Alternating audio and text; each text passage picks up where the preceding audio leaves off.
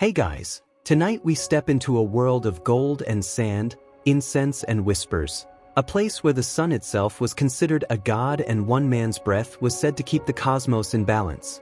You've probably seen the glamorous side of it. The pyramids, the jewels, the statues so smooth they could catch sunlight like water. But tonight, we're slipping behind that illusion, into the sweat-soaked linen and endless obligations of the man at the top, the pharaoh. Spoiler alert, it's not as divine as it looks. You probably wouldn't survive a week of it, let alone a lifetime. So, before you get comfortable, take a moment to like the video and subscribe, but only if you genuinely enjoy what I do here. And hey, tell me in the comments where you're listening from and what time it is for you right now. Now, dim the lights, maybe turn on a fan for that soft background hum, and let's ease into tonight's journey together. You awaken in near darkness, not because it's night, but because the shutters of your chamber have been tightly closed to block the desert sun. The air is heavy with the smell of resin and honeyed oil. Outside, the city of Thebes hums faintly, a slow murmur of markets and chanting priests. Inside, it's another world entirely. You are the pharaoh now, the living god, son of Ra, ruler of the two lands. The crown, resting on a red gold pillow nearby, gleams faintly in the torchlight. It looks weightless. It isn't. When the servants come, they do not knock. They glide in, barefoot, eyes lowered, carrying bowls of scented water and strips of pressed linen. You rise, or at least you try to. Your spine feels like stone. You've slept on a raised bed, carved from acacia wood and inlaid with ivory lions, beautiful but unforgiving. Comfort is for commoners. A god must not indulge in softness.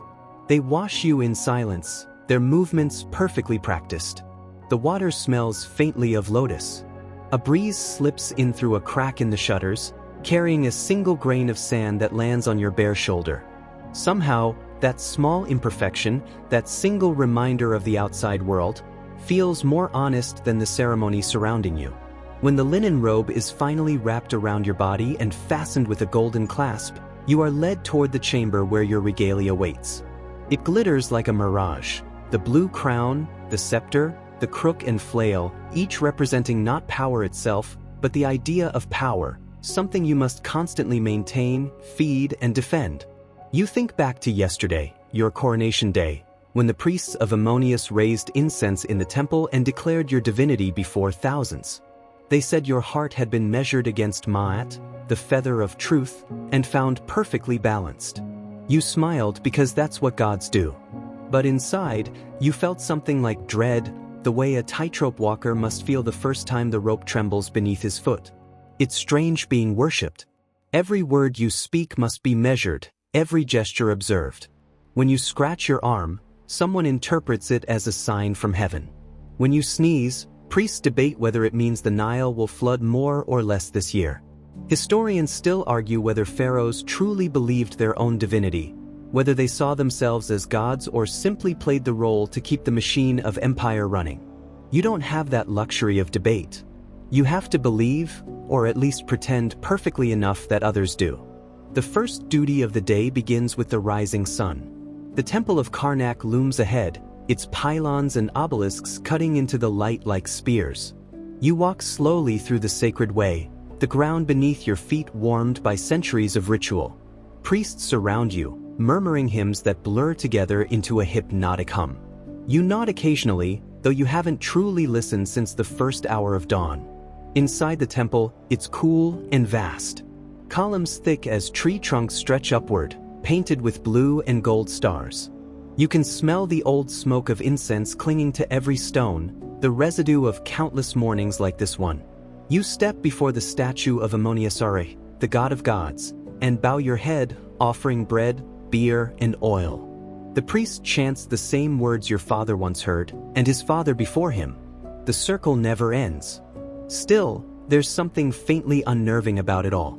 The god's eyes are inlaid with lapis, gleaming coldly in the flickering light. For a moment, it feels like he's watching you, not with approval, but with indifference. When the ceremony ends, you return to the palace courtyard, where the sun now burns overhead. You can hear the hum of life beyond the walls.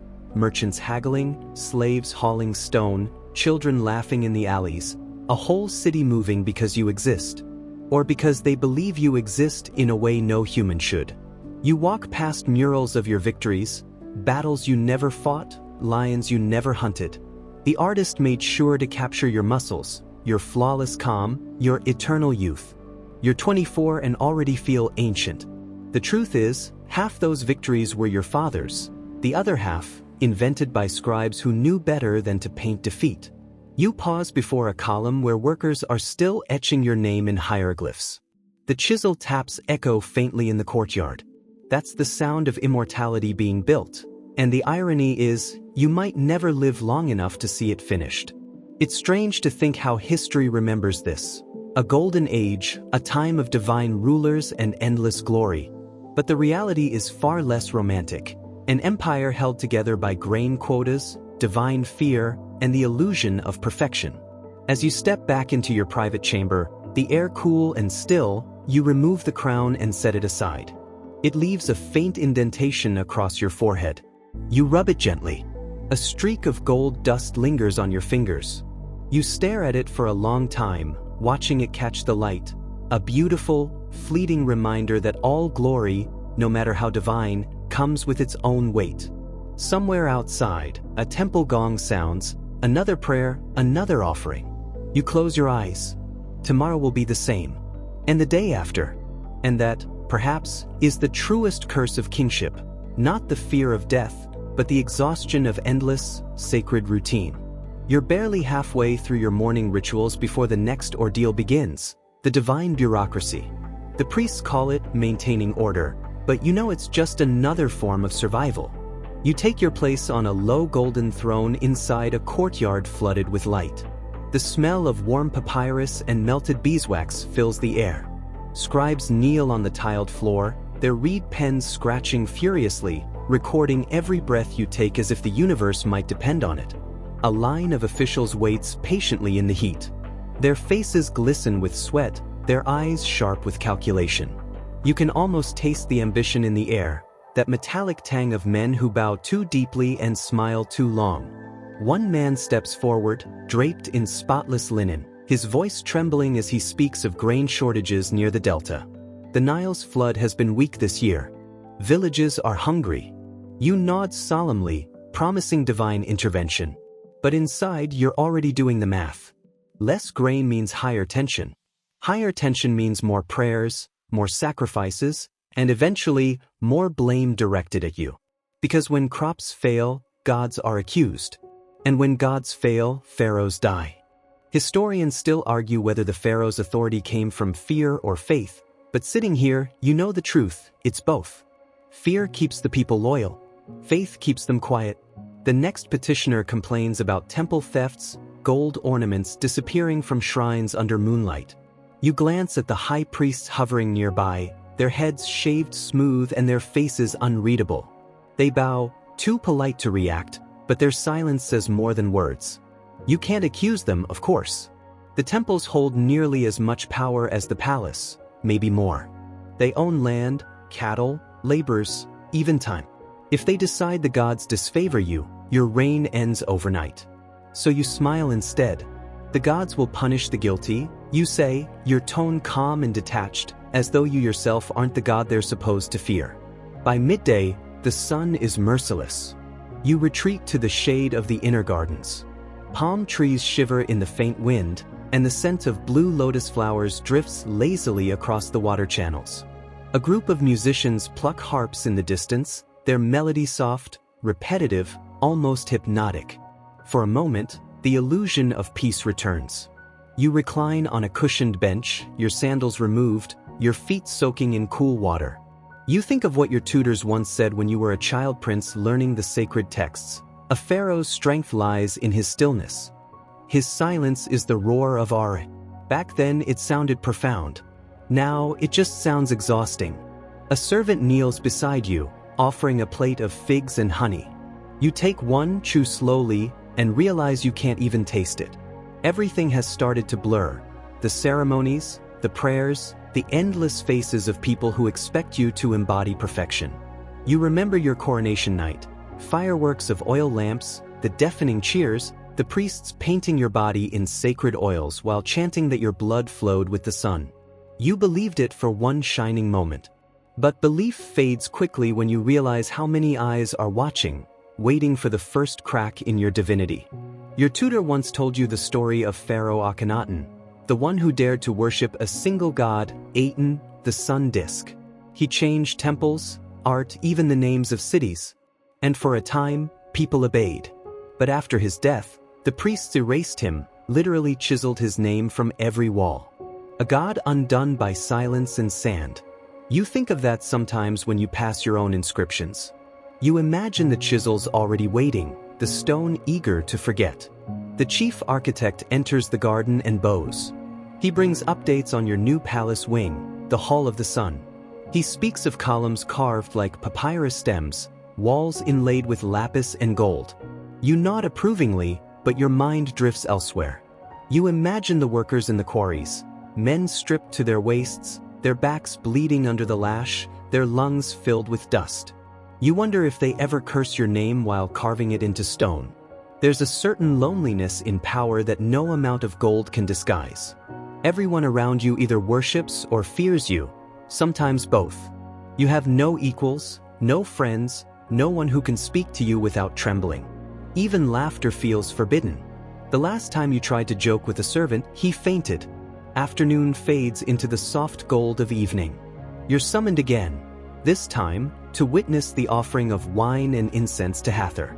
The priests chant, the dancers move in slow circles, their movements graceful but mechanical. You can't help but wonder if the gods ever get bored of being worshipped this way, if they roll their celestial eyes and wish the incense smelled less like burnt resin and more like rain. As the ceremony ends, a priest approaches and whispers that an eclipse may happen soon.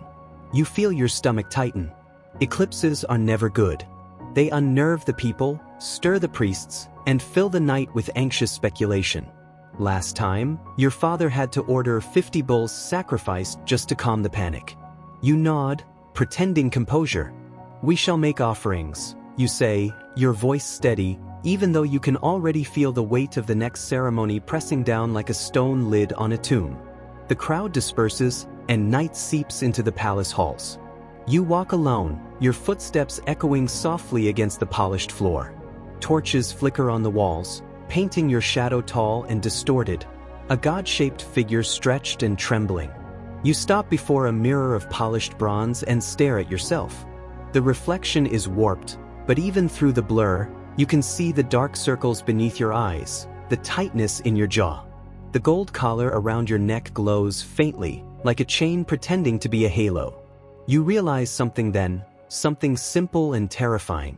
Every day you must act divine enough to keep others believing, but mortal enough to stay relatable. One wrong step either way and everything collapses. The crown waits for you in its box.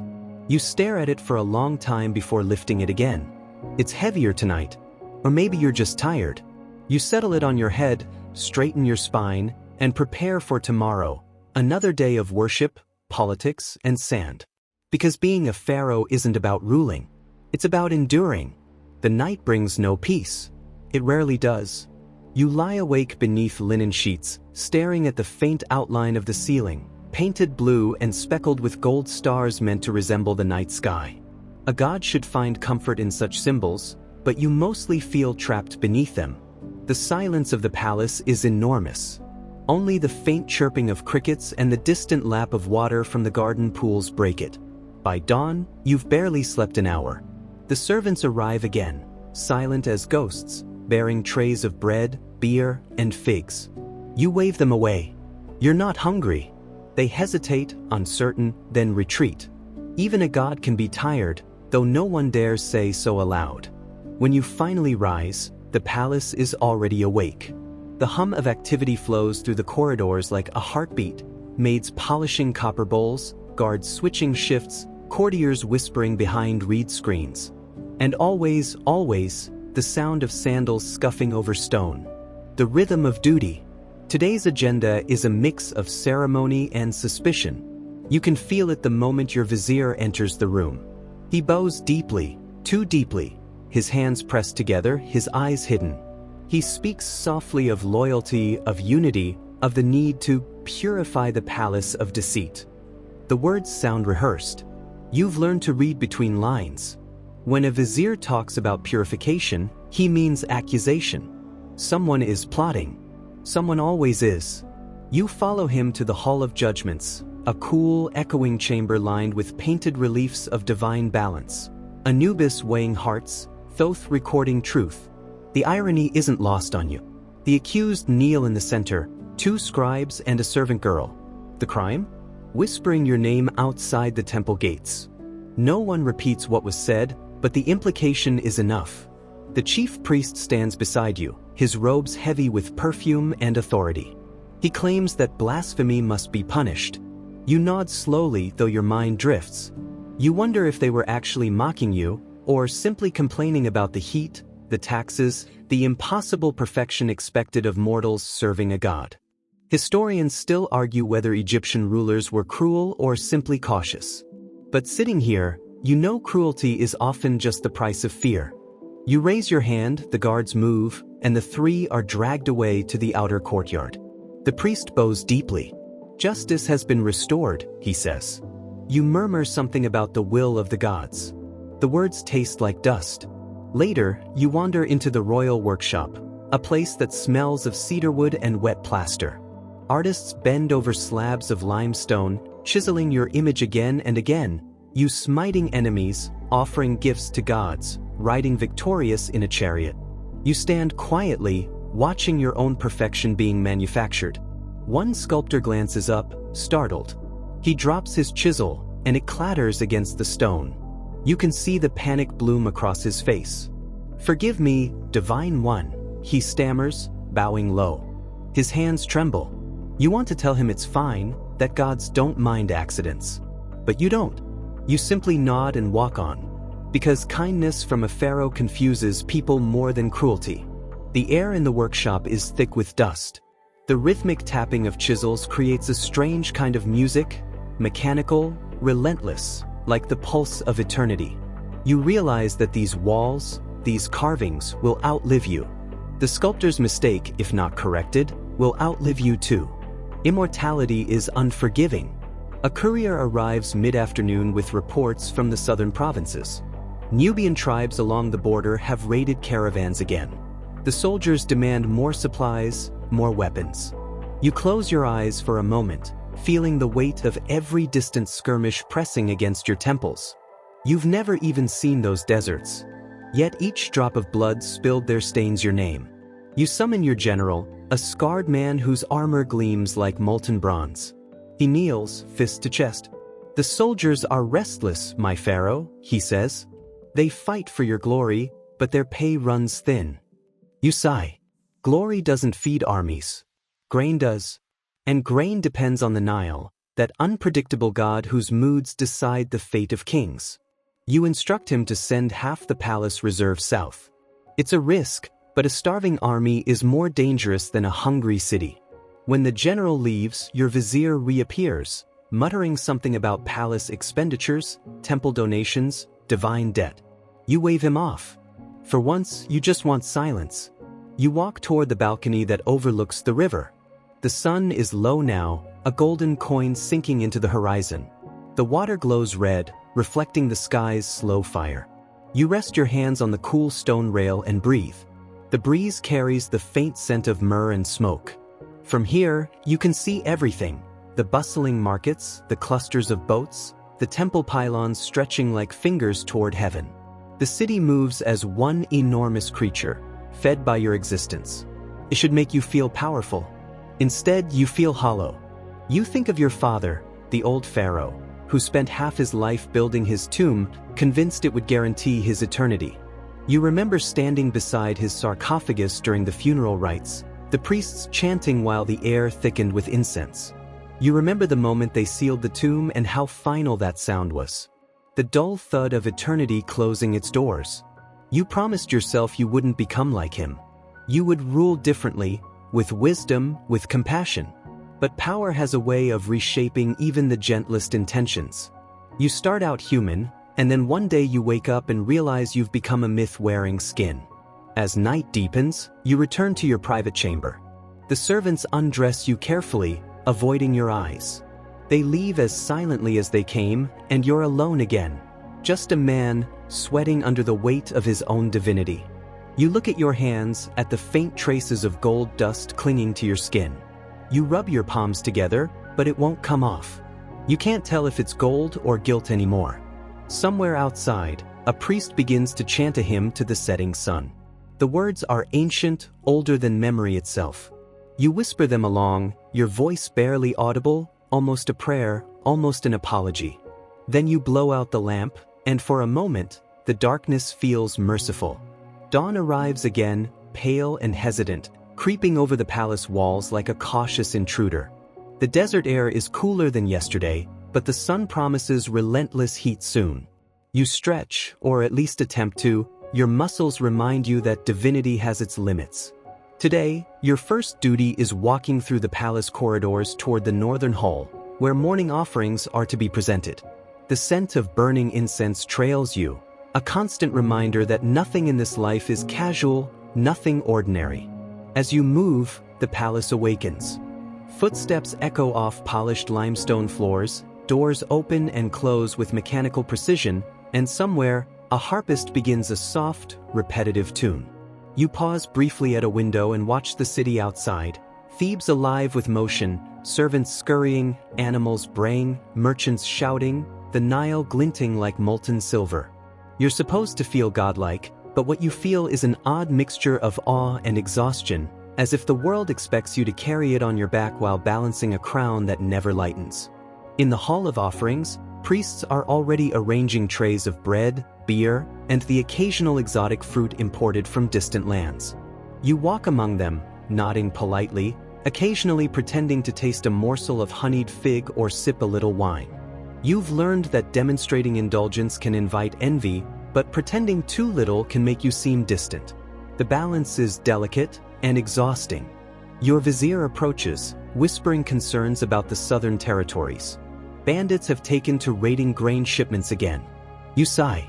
Even a pharaoh cannot command rivers, only the belief in them. Historians still debate how much control the pharaoh really had over far-flung provinces. Sitting here, you realize that much of what you see as power is actually illusion. You must maintain appearances, perform rituals, and smile, while knowing the empire's foundation can crumble with a single misstep. After the offerings, you are guided to a private chamber where scribes wait to report on palace affairs. Their parchments are filled with lists, taxes collected, workers employed, temple donations, letters from distant governors.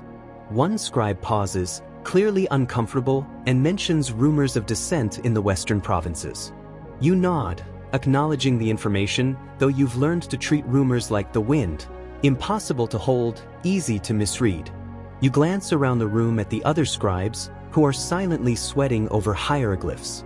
One of them sneezes quietly, then whispers an apology, as if minor bodily functions could threaten your divinity. You almost laugh at the absurdity, but instead you merely nod. Humor, like kindness, is a luxury you cannot afford freely. By midday, the palace gardens beckon. You walk among the lotus-filled pools, the sunlight dappling the stone paths. Palm trees rustle in the faint breeze. A young servant child carries a tray of cool water and a small piece of bread. You accept it quietly, chewing slowly, though your appetite is gone. The palace feels like a gilded cage. Every beautiful corner, every exotic flower, is part of a stage, set for a god you are meant to be, not the man who sweats beneath the layers of gold and linen. You think of your predecessors, pharaohs who built monuments to last eternity, who commanded armies, who commanded temples and gods alike. Did they ever feel the same weight? Did they ever glance at the mirror and see exhaustion rather than perfection? You suspect they did, though the scribes' stories hide such truths. Behind the gold, the linen, the hieroglyphs, the truth of human fatigue remains. The afternoon brings a council meeting. Governors, priests, and military commanders assemble. They speak in polite tones, veiling threats beneath courtesy, advice beneath warnings. You nod, smile, occasionally interject. You have learned to treat every conversation like a game of shadows, every word a chess piece. One misstep, one sign of fatigue, and the illusion cracks. As the sun lowers, you retreat once again to your private chambers. The palace walls seem to close in, and the distant city hum is now a low murmur, almost soothing. You sit by the balcony, the Nile stretching endlessly, reflecting the fiery sunset. Somewhere, a musician plucks a lonely note on a harp. You close your eyes and allow the sound to wash over you, letting it briefly mask the weight of divinity. Even gods need moments like this, small, stolen pockets of reality. A breath of air, the faint taste of fig, the slow, rhythmic plucking of strings. For now, it is enough to remember that even as a pharaoh, even as a living god, you are still flesh and blood, tethered to a world that does not pause for eternity. By the time the sun reaches its zenith, the heat has become oppressive. The palace walls, thick and whitewashed, trap warmth like a furnace, and even the stone floors beneath your feet radiate it. You remove your sandals and feel the heat pressing against your soles. A god, after all, still has human feet, and those feet ache with every ceremonial step you are expected to take. You trudge toward the audience hall, where another set of petitions awaits, farmers complaining about irrigation, merchants quarreling over trade rights, priests debating the allocation of temple offerings. Every voice, every plea, lands on you as though you were not just a ruler but the axis of the universe. You listen politely, nodding as if their concerns are yours to solve. In reality, much of it is managed by scribes, overseers, and administrators. Still, appearances matter. Historians still argue whether pharaohs truly wielded absolute power or whether much of the governance was a sophisticated illusion designed to make the empire appear centralized. Sitting there, you understand the duality. You are both the heart of the state and its most exhausted prisoner.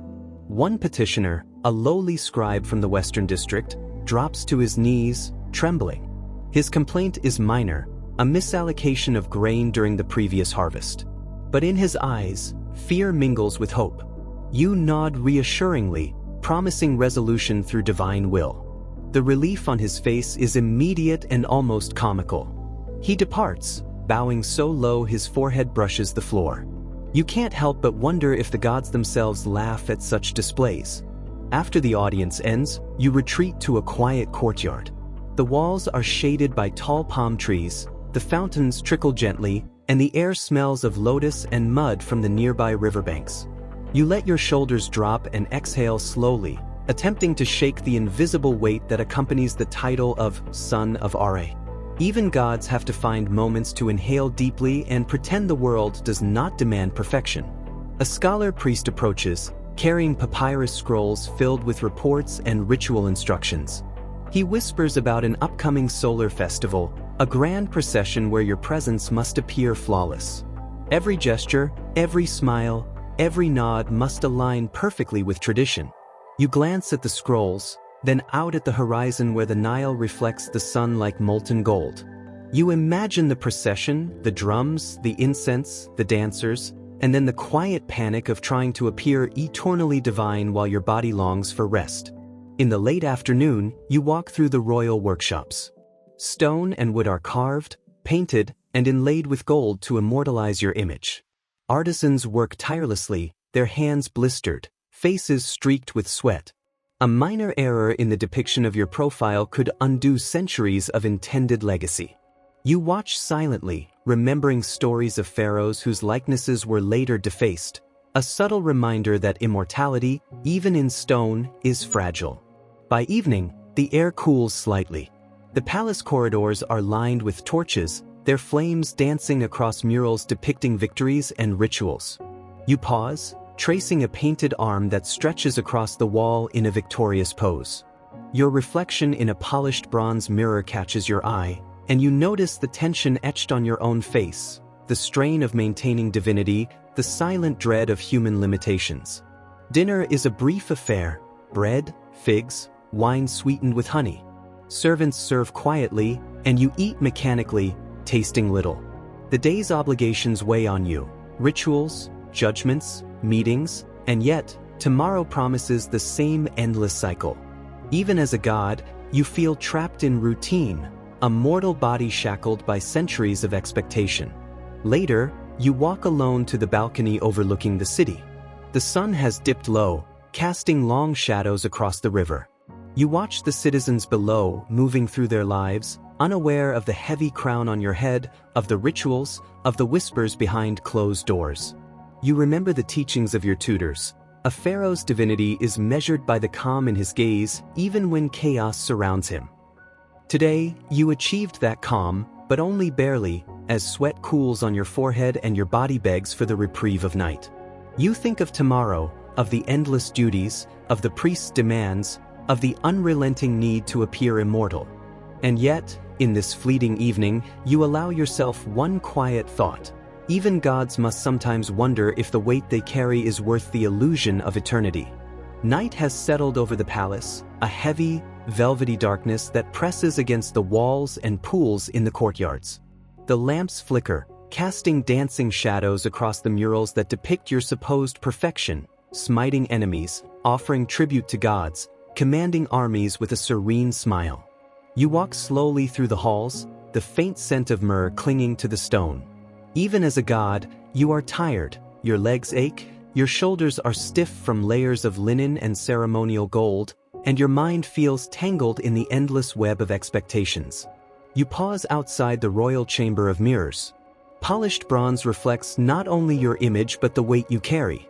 The sculptors, painters, and scribes have immortalized you in flawless perfection, yet the man in the reflection is worn, haggard, shadows under his eyes betraying the exhaustion beneath the divine facade. You touch the bronze lightly, tracing your jawline. The cold surface is a reminder, perfection is heavy, and eternity offers no comfort. A servant enters quietly, bearing a small basin of water and linen to cleanse your hands.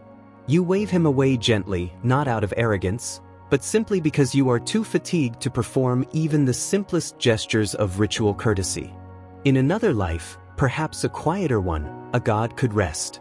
Here, rest is a luxury rarely afforded. The scribes gather at your bedside, their presence almost ceremonial.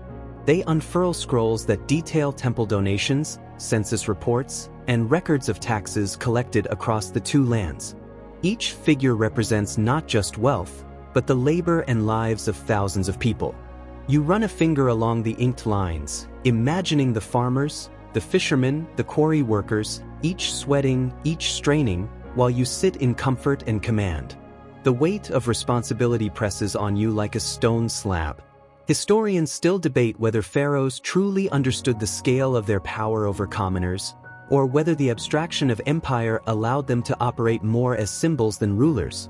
You know, though, that symbols can hurt as much as hands. One misstep, one careless decree, and the illusion of divine balance could collapse, and with it your carefully constructed life. The high priests enter next, their linen robes flowing like quiet rivers. They speak softly of ceremonies, of offerings, of omens to interpret. Every word is laced with suggestion, sometimes advice, sometimes warning. Their influence is invisible but absolute. You feel it as you move, a weight heavier than gold. To resist is dangerous. To follow is exhausting. By midnight, the palace quiets. Only the soft murmur of water in the central fountains and the occasional shuffle of a servant breaking the silence punctuate the darkness. You finally sit on the edge of your bed, removing the ceremonial collars and bracelets. The gold feels cold against your skin now, a reminder that even the trappings of godhood cannot warm the body or ease the mind. You think of the pyramids, of tombs built to endure forever. The laborers who carried the stone, the engineers who calculated every angle, the priests who blessed every corner, all devoted to eternity. And yet, even in death, a pharaoh's soul is not guaranteed peace. Curses, desecration, erasure from memory, these threats linger beyond the grave. You feel a shiver, realizing that the pursuit of immortality might be more exhausting than life itself. Finally, you lie down. The room is silent except for the slow rhythm of your own breathing. Outside, the Nile whispers beneath the night sky. Somewhere, a distant temple bell tolls. You close your eyes, imagining the stars painted above as gold dust, imagining yourself light and untethered, if only for a moment. Even a pharaoh, the living god, must surrender occasionally to fatigue. Tomorrow, the rituals, audiences, and councils will resume. But for now, the silence is yours, and in it, you find a sliver of solace. Morning creeps into the palace with hesitant light, softening the harsh angles of columns and walls painted with stories of triumph and divinity. You rise again, the familiar weight of gold and linen settling across your shoulders, and step into the corridors that already hum with life. The palace seems alive, not because it breathes, but because everyone inside it moves as though you are the air that sustains them. You are the center, the axis, the unseen pulley keeping the whole structure from collapsing. Your first encounter is with the royal family, which is to say, with politics in human form. Wives, sisters, daughters, each with their own ambitions, alliances, and grievances, greet you with practiced smiles. Courtiers whisper behind fans of painted reeds, casting shadows of suspicion that travel faster than the morning light. You nod, acknowledging each in turn, aware that even a word out of place could trigger a subtle war. Love in the palace is strategy. Affection is currency, traded carefully and rarely freely. A young princess lingers near the throne, presenting a gift of fragrant oils. You accept it with a polite smile, but your mind drifts to your own mortality. Behind the perfumed veil of courtly gestures, ambition is always present, waiting to strike. Some historians argue that pharaohs wielded ultimate authority, yet here, in these small interactions, you understand that power is as much about managing hearts as issuing decrees. Breakfast is modest, bread, dates, and beer, though the act of eating is ceremonial. Servants hover, ensuring that no crumb falls out of place. You chew mechanically, tasting little, lost in contemplation of yesterday's council, today's expected rituals, and the endless chain of duties that define your life. Your gaze lingers on the river beyond the walls. The Nile gleams under the morning sun, a reminder that life elsewhere flows without your constant scrutiny. Later, advisors arrive, presenting updates on distant provinces. A messenger speaks of rebellion in the western lands, where farmers, frustrated with taxes and labor, have begun to resist. You listen, nodding. Every decision is a balance between divine authority and practical survival. One wrong choice, and the illusion of control shatters. You instruct increased food rations to appease the restless, knowing it is a temporary bomb. The midday sun bakes the courtyards, and you retreat into the shaded gardens. Pools of water mirror the sky, lotus flowers drifting lazily on the surface. A gentle wind carries the scent of myrrh and cedar. You wander past sculptors at work, chiseling your image into stone. Each strike of the chisel reminds you of your impermanence. Even gods can be forgotten, their likenesses defaced or erased by time and human will. Historians still debate whether pharaohs were viewed as gods or glorified mortals by their people. Sitting here, you realize it is both. Worship can sustain, but it can also isolate. Each nod, each bow from courtiers, reinforces a role that is exhausting to inhabit. You smile faintly at the memory of a foreign diplomat who once described you as timeless. The irony is sharp. Eternity has never felt more tiring. By evening, the palace quiets slightly, but not completely. The distant laughter of children, the shuffle of servants, and the faint chants from a nearby temple remind you that life continues, with or without your attention. You retreat to a balcony, watching the sun set in a blaze of gold and crimson. The Nile catches the light, stretching endlessly, a mirror for your own reflection. A reflection of power, isolation, and the heavy cost of being perceived as divine. As night falls, you prepare for rest, though you know sleep will be fragmented by duties, dreams, and the weight of expectation. Even a pharaoh must lie down and close his eyes, surrendering, if only briefly, to the mortal limitations he cannot escape. The palace awakens slowly, a soft murmur growing into a symphony of movement and sound. You rise once more, the familiar sensation of golden collars and ceremonial linen brushing your skin. You walk through the hallways, your footsteps echoing across polished stone, following the rhythm of a world that revolves around you, though you can barely keep your own balance under the weight of expectations. Outside, the Nile glimmers faintly through the lattice windows, reflecting the faint gold of the morning sun. Today, your agenda is a tangle of diplomacy and ritual. The viziers and advisors gather in the northern hall, their robes crisp and immaculate, their eyes flicking nervously as you enter. A courier steps forward, presenting a letter from a distant governor who reports unrest in the southern provinces. You listen carefully, nodding, even as your mind drifts briefly to thoughts of escaping the endless cycle, if only for a moment. Historians still debate whether pharaohs had absolute authority or if their influence was mediated through bureaucrats and intermediaries. Sitting here, you feel the weight of both theories, the illusion of absolute power pressing down as heavily as the actual responsibilities it represents. A priest approaches, carrying a tray of incense and offerings for the gods. You bow your head as he whispers instructions for today's ritual. You follow, mechanically performing gestures that are meant to align the heavens with the earth. Every motion is precise, rehearsed, yet the monotony gnaws at your spirit. Even gods must endure repetition, and repetition tests the patience of flesh and mind alike. After the morning ritual, you retreat briefly to the royal gardens. The air is cooler here, carrying the scent of lotus and palm. The water channels glimmer in soft sunlight, reflecting the painted murals of celestial gods above. You walk slowly among the pools, listening to the faint pluck of a harp carried from a distant chamber. For a fleeting moment, the world outside the palace seems distant, almost irrelevant. You close your eyes, letting the sounds and scents soothe the frayed edges of your mind. Midday brings audiences with merchants and foreign envoys.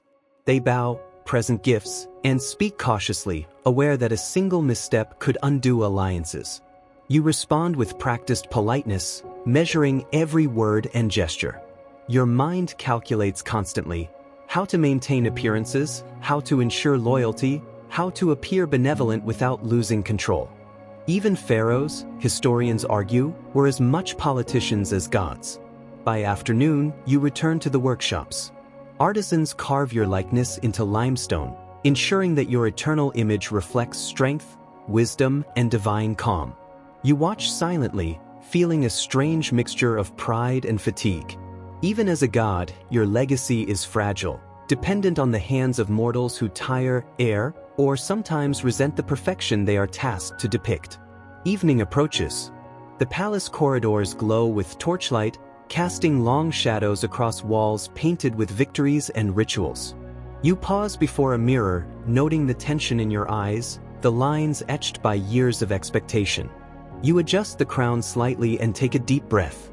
Outside, the Nile reflects the fiery sunset, its waters moving endlessly, indifferent to the weight you bear.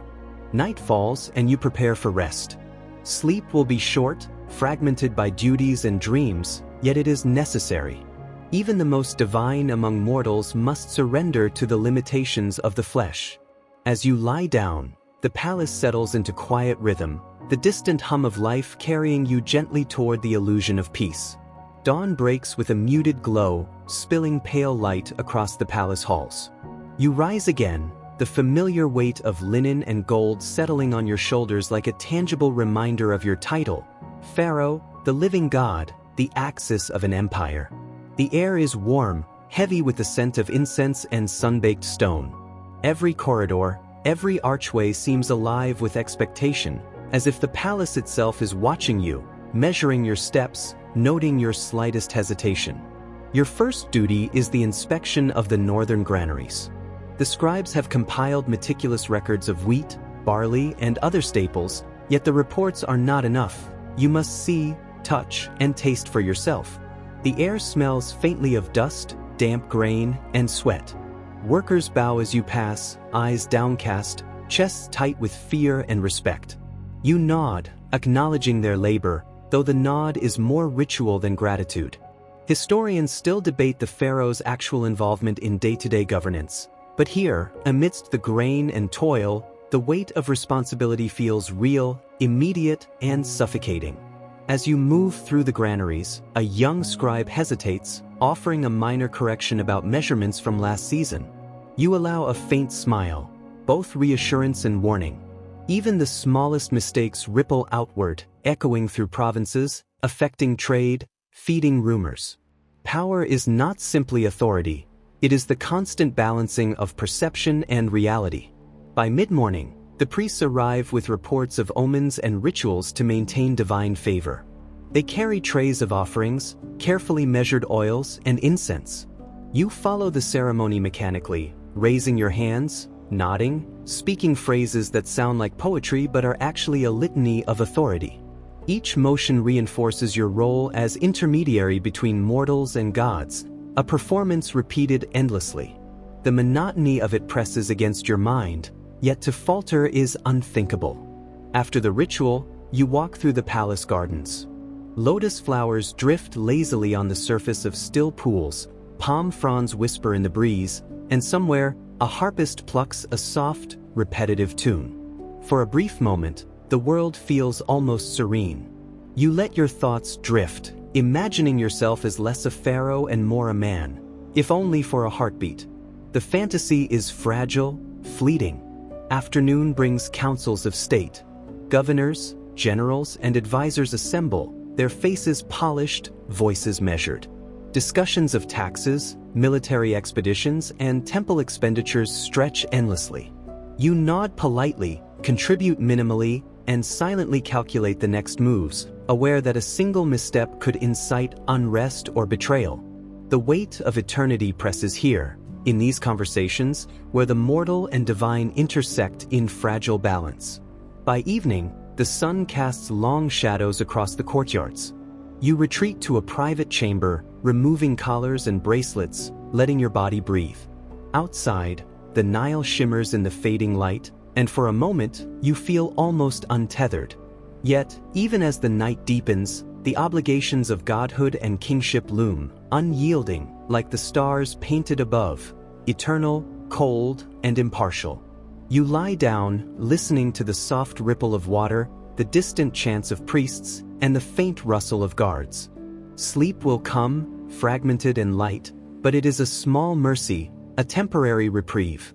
Even the pharaoh, the living god, must submit to human limits. And as darkness folds around you, you wonder if eternity will ever feel lighter, or if the weight of divinity is the heaviest burden of all. Morning arrives in muted gold, spilling light across the palace corridors. You rise once more, the familiar weight of ceremonial linen and gold settling on your shoulders. Even gods are tethered to the flesh, and the heat of the stone walls reminds you that divinity does not protect from exhaustion. Footsteps echo softly as servants and guards prepare the palace for the day, a choreography perfected over generations. You move through it with practiced calm, though inside, the endless cycle of duty presses like a stone on your chest. Your first task is to attend the morning council with the viziers and advisors. The room hums with energy, subtle power plays, whispered suggestions, veiled threats. Each report is a thread in a web that you must balance. Grain shipments, temple donations, provincial unrest, border security. One wrong decision, one glance too long or too short, and the illusion of divine perfection could falter. Historians still debate whether pharaohs truly exercised absolute authority or if much was delegated to a complex bureaucracy. Sitting here, you feel both, the weight of ultimate control and the constant pressure of human error. Mid-morning brings a ritual to honor the river god, Happy. Priests bring offerings of bread, beer, and fragrant oils, while dancers move in slow, circular patterns. You participate dutifully, lifting hands and bowing at the proper intervals. The monotony is lulling, almost hypnotic, and you imagine the Nile itself watching, flowing endlessly, unconcerned with your fatigue. A fringe belief among some scholars suggests that pharaohs performed rituals not merely for gods but to psychologically center themselves. Perhaps there is truth in that. Today, the rhythm of chants and gestures steadies your frayed attention.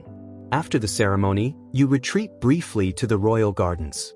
Lotus flowers float lazily in cool pools, palm fronds sway in a gentle breeze, and the faint pluck of a harp drifts through the air.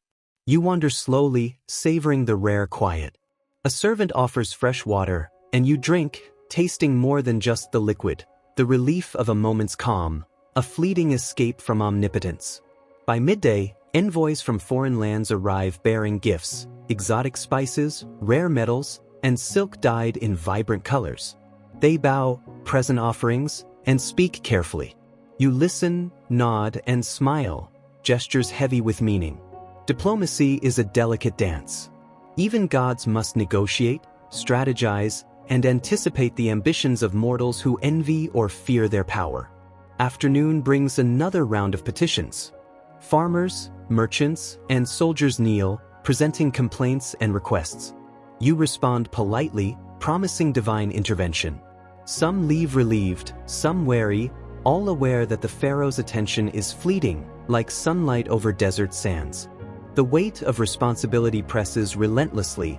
Every interaction is a test of patience, wisdom, and endurance.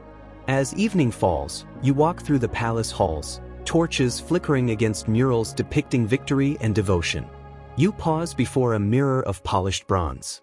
The reflection shows a man, human and weary, hidden beneath layers of gold and linen. You straighten your crown, take a deep breath, and prepare for the night ahead. Even gods must sleep, if only in fragments, before the cycle begins anew. The palace grows quiet. Only the distant murmur of water in fountains and faint footsteps remind you that life continues beyond your walls. You lie down, letting the calm seep into your bones, aware that tomorrow brings repetition, ritual, and the unyielding weight of being a living god. The first light of dawn creeps across the palace walls, pale and diffused, washing the murals in soft gold. You rise once more, the familiar weight of linen and gold a constant reminder of the life you lead, one of perception, ritual, and never-ending responsibility. Servants move silently along the corridors, their shadows stretching long across polished stone floors. Even as a god, you feel the human pull of fatigue, your limbs heavy under the pressure of expectation. Today begins with an inspection of the southern gardens. Water from the Nile irrigates the palm groves, lotus pools, and small orchards, and the air is thick with the scent of earth and flowers. Workers bow and step aside, their movements careful and deliberate. You nod to them, acknowledging their labor without disrupting it. Historians still debate whether pharaohs directly influenced agricultural practices or whether oversight was largely symbolic. Yet standing here, feeling the heat on your skin and the sun's weight on your shoulders, you understand that perception matters as much as reality. A priest approaches, carrying offerings for the gods of fertility and harvest. You participate in the ritual mechanically, lifting your hands, reciting phrases, and aligning gestures with practiced precision. The rhythm of repetition is almost hypnotic, allowing your mind to drift briefly from the relentless responsibilities that define your existence. Fringe accounts suggest pharaohs sometimes used rituals to manage their own anxiety, maintaining composure through structured performance. And perhaps there is some truth in that. Midday brings envoys from Nubia, bearing exotic goods and delicate textiles. You greet them formally, accepting gifts and offering words of goodwill. Diplomacy is a delicate dance, where gestures are laden with meaning, and even gods must negotiate, anticipate ambition, and mask impatience. One envoy lingers a fraction too long, and you detect subtle tension in his eyes. The balance of power, perception, and fear is as intricate as any chessboard. After the audience, you retreat to the private chambers, where scribes await with detailed reports, grain distribution, labor quotas, temple donations, and minor disputes across the provinces. You read, nod, and occasionally comment, feeling the weight of empire pressing down with every word. Even a god cannot escape the minutiae of governance, the friction of human ambition, or the ripple effects of small errors. As the sun begins its descent, you wander through quiet corridors, pausing at windows to gaze upon the Nile. Boats drift lazily across the reflective surface, merchants calling across the water, children laughing on the banks. You imagine life outside the palace, lives unburdened by ritual, crown, or expectation. A faint smile crosses your face. Even gods must envy the simplicity of ordinary existence at times. Evening arrives, carrying with it the soft murmur of the palace settling into night. You remove collars, bracelets, and ceremonial garments, letting your body relax. The air is cooler, scented faintly with incense and lotus. You sit by a balcony, watching the sun dip behind distant hills, the river reflecting gold and crimson. For a fleeting moment, the weight of eternity feels lighter. Night will come, and with it fragmented sleep. But for now, in this quiet, you allow yourself a brief respite, a pause between the relentless cycles of duty and divinity. Even a pharaoh, the living god, must find moments of humanity within eternity. Morning seeps into the palace, soft and tentative, illuminating the vast halls and frescoed walls with a golden wash. You rise once more, golden collars brushing your chest, linen folds settling around you like a heavy cloud. The palace awakens with its usual rhythm, servants moving silently, guards pacing in quiet intervals, and the distant murmur of water from the central fountains. Even as a god, fatigue tugs at your limbs, a reminder that flesh resists perfection, that eternity is heavy to bear. Today begins with the inspection of the Western barracks. Soldiers, polished and disciplined, line up in precise formation, their eyes fixed respectfully on you. You walk along the rows, nodding and listening to reports of minor skirmishes, patrol successes, and logistical concerns. Even pharaohs, historians argue, had limited control over far-flung military forces, yet the illusion of command is a necessary pillar of authority. The discipline here, the uniformity of movement, reassures both the army and yourself that the empire's image remains intact. A young scribe approaches with a scroll, his hands trembling slightly. The report details minor unrest in a provincial village, farmers resisting heavy taxation, merchants complaining of corruption among local officials. You nod thoughtfully, instructing minor adjustments to appease the populace. Even as a god, small errors ripple outward, and attention to detail is essential. The mundane aspects of governance are exhausting, yet unavoidable. By mid-morning, priests arrive carrying offerings for Ra, the sun god. You participate in the ritual, lifting your hands and speaking measured phrases. The repetitive motions lull the mind while reinforcing authority. Fringe scholars suggest that pharaohs performed these ceremonies partly to psychologically anchor themselves in their divine roles, a buffer against the relentless demands of power. You allow yourself to drift slightly in this rhythm, feeling the illusion of control steady your frayed focus. After the ritual, you wander into the royal gardens. Lotus pools shimmer in sunlight, palm fronds sway in the soft breeze, and the faint sound of a harp echoes from a distant chamber. A fleeting moment of peace allows your mind to wander to thoughts of a simpler life, beyond gold, linen, and expectation. The luxury of imagination is a small, sacred respite from divinity. Afternoon brings a council of advisors. Governors, generals, and priests convene, discussing resource allocation, border disputes, and temple maintenance. Every word, every nod, carries weight. You interject occasionally, guiding decisions, balancing diplomacy and authority. Even pharaohs, while divine in perception, are human at the core, bound by the same fears and fatigue as those they govern. As evening falls, the palace quiets. Torches flicker against murals, casting long, wavering shadows. You retreat to a balcony overlooking the Nile, its waters glowing under the setting sun. The reflection of the sky and your own silhouette in the river reminds you that even gods are tethered to time, to cycles, to the inexorable passage of life beyond the palace walls. You lie down that night, feeling the familiar heaviness of linen and gold against your skin. Sleep will be brief, fragmented by duty and dreams, yet it is a small mercy. Even a living god must yield to the limits of mortality, if only for a few hours, before eternity resumes its relentless course. The morning light spills through lattice windows, softening the edges of the palace with a gentle glow. You rise once more, golden collars brushing your chest, ceremonial linen clinging to your skin like a second layer of expectation. Servants move silently, their shadows stretching along the polished stone floors. The palace hums with activity, guards pacing, artisans tending to unfinished sculptures, and the faint echo of distant chants from the temple. Even as a living god, fatigue tugs at your muscles, reminding you that divinity does not exempt you from human limits. Your first duty is the southern granaries. You inspect the stockpiles of wheat and barley, listening to reports from overseers. The grains, carefully counted and recorded, represent the lifeblood of the empire. One misstep in distribution could ignite unrest. You run a hand along a sack of wheat, feeling its texture, imagining the farmers who toiled under the relentless sun.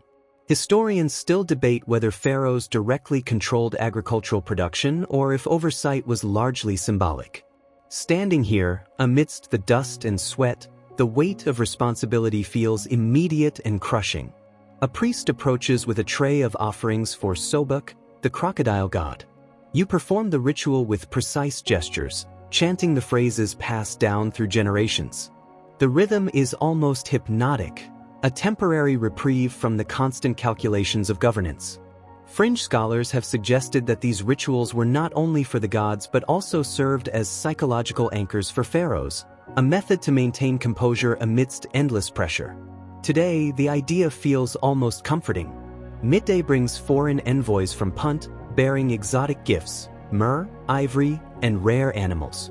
They bow, presenting offerings with meticulous ceremony. Diplomacy is a delicate art. Even gods must negotiate, measure every word, and anticipate the ambitions of mortals. One envoy lingers slightly too long, and subtle tension ripples through the chamber. You respond with calm precision, maintaining the balance of respect and authority. Afternoon is consumed by petitions. Farmers, merchants, and soldiers kneel, presenting grievances and requests. You listen, nod, and promise divine intervention. Each interaction is a test, patience, wisdom, and endurance stretched to their limits. Even a pharaoh's omnipotence is bound by human perception, and failure to maintain composure could unravel authority. As the sun dips low, you walk through quiet palace corridors. Torches flicker against murals depicting victories and devotion, casting long shadows across stone floors. You pause before a mirror, seeing not the flawless god etched in murals, but a human face, weary and strained beneath the trappings of power. You straighten the crown, adjust the collars, and take a deep breath. The Nile outside glows in the sunset, reflecting a world that moves regardless of your vigilance. Night arrives and you prepare for rest. Sleep will be fragmented, filled with dreams and duties, but it is a small solace. Even a living god must submit to the limits of flesh, if only briefly, before the endless cycle of divinity and responsibility resumes. Dawn spills gently across the palace walls, softening the murals and gilded reliefs with a warm glow. You rise once more, golden collars pressing against your chest, ceremonial linen heavy with expectation. Servants move silently around you, their shadows long across the polished stone floors. The palace hums with quiet energy, guards pacing, scribes arranging scrolls, and the distant murmur of priests chanting in the temples. Even as a living god, your body protests the relentless routine, reminding you that mortality lingers beneath the trappings of divinity. Today begins with an inspection of the royal workshops. Artisans carve your likeness into stone, paint murals, and fashion jewelry meant to immortalize your image.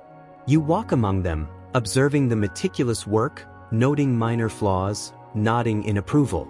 Each chisel strike, each brushstroke, is a reminder that your eternity depends on human hands, capable, fallible, and tiring. Historians still debate how much influence pharaohs had over artistic production versus allowing artisans autonomy. Standing here, you realize both factors matter, and perfection is never guaranteed. By mid-morning, the high priests arrive with offerings and omens to interpret. You perform the rituals with practiced precision, gestures measured, words recited from memory. The rhythm is hypnotic, providing a rare opportunity to center your mind amid the demands of power. Fringe scholars suggest pharaohs sometimes used ritual as a psychological anchor, a way to maintain composure and assert authority over an empire that never rests. Today, you find a hint of relief in the repetition. Afternoon brings envoys from the northern provinces, presenting gifts and requests. You listen, nod, and respond carefully. Diplomacy requires constant vigilance. Every word, every glance carries weight. Even gods must navigate human ambition, envy, and fear. One envoy lingers too long, offering an ambiguous smile, and you feel the subtle tension of power in motion, a reminder that authority is as much about perception as action. Later, you walk through the palace gardens. The lotus pools shimmer in sunlight, palm fronds sway gently, and the faint sound of a harp drifts from a distant chamber. For a fleeting moment, you imagine life beyond gold, linen, and ceremony, a life unburdened by expectation. The reverie is fragile, a small window of humanity within the armor of divinity. Evening falls, casting long shadows across the palace corridors. You remove collars and bracelets, letting your body relax briefly. The Nile glows under the setting sun, reflecting the sky's gold and crimson hues. You pause, watching the river, imagining the lives beyond the palace walls. Citizens who breathe freely while you carry the unending weight of perception, ritual, and expectation. Night arrives and sleep beckons, though it will be brief and restless. Even a pharaoh, the living god, must yield to mortal limits. As darkness envelopes the palace, you close your eyes, allowing the faint murmur of water and distant chants to guide you toward fragments of rest, preparing for the cycle to begin again. The first rays of light brush across the palace walls, softening the frescoes and gilded reliefs in a gentle morning glow. You rise once more, gold collars brushing your chest, ceremonial linen settling heavily against your skin. Servants move silently around you, their shadows stretching along polished stone floors. The palace hums with life, guards patrolling, scribes arranging scrolls, and the distant murmur of temple chants. Even as a living god, your body resists, muscles stiff from ritual, fatigue weighing on every limb. Today, you inspect the western granaries. Wheat and barley are counted, sacks meticulously stacked, overseers reporting minor discrepancies. You run a hand over the grain, feeling its rough texture, imagining the farmers who toiled under the relentless sun. One mistake here could ripple across the provinces, sparking unrest. Historians still debate the extent of Pharaoh's direct control over agriculture, but standing here, the responsibility feels undeniable. A priest approaches, bearing offerings for the gods of fertility and harvest. You perform the ritual with precise gestures, chanting phrases handed down over generations. The rhythm is hypnotic, a rare anchor for your frayed attention. Fringe scholars have suggested that pharaohs used ritual as psychological support, a method to reinforce authority while finding fleeting calm. Today, you understand why. By midday, envoys from Nubia arrive with gifts of ivory, myrrh, and exotic animals. Diplomacy is a delicate dance, every word measured, every gesture meaningful. Even gods must anticipate ambition, envy, and subtle challenges. You respond with calm precision, aware that perception often outweighs reality in maintaining control. Afternoon brings petitions. Farmers, merchants, and soldiers kneel, presenting grievances. You listen, nod, and promise divine intervention. The weight of expectation presses relentlessly, patience and wisdom stretch thin. The human and divine intersect constantly, a reminder that even omnipotence cannot escape human perception. As evening falls, you wander the palace corridors. Torches flicker against murals depicting victories and devotion, casting long, wavering shadows.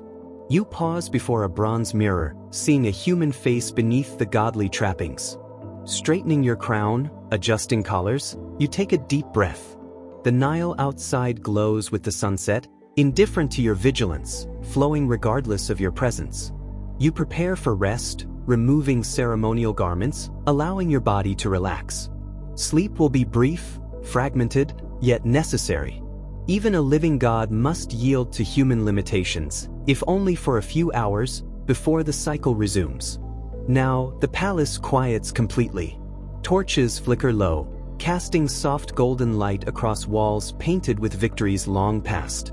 You lie down, feeling the familiar weight of linen and gold against your skin, heavy yet oddly comforting.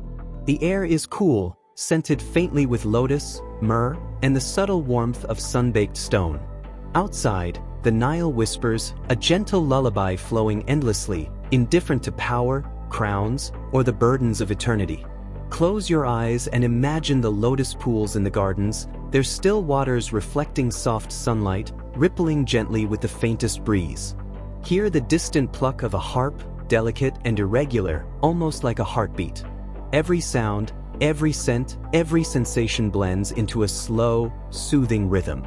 The palace, with its walls, gold, and ceremonial perfection, fades slightly at the edges, becoming a gentle cocoon around you.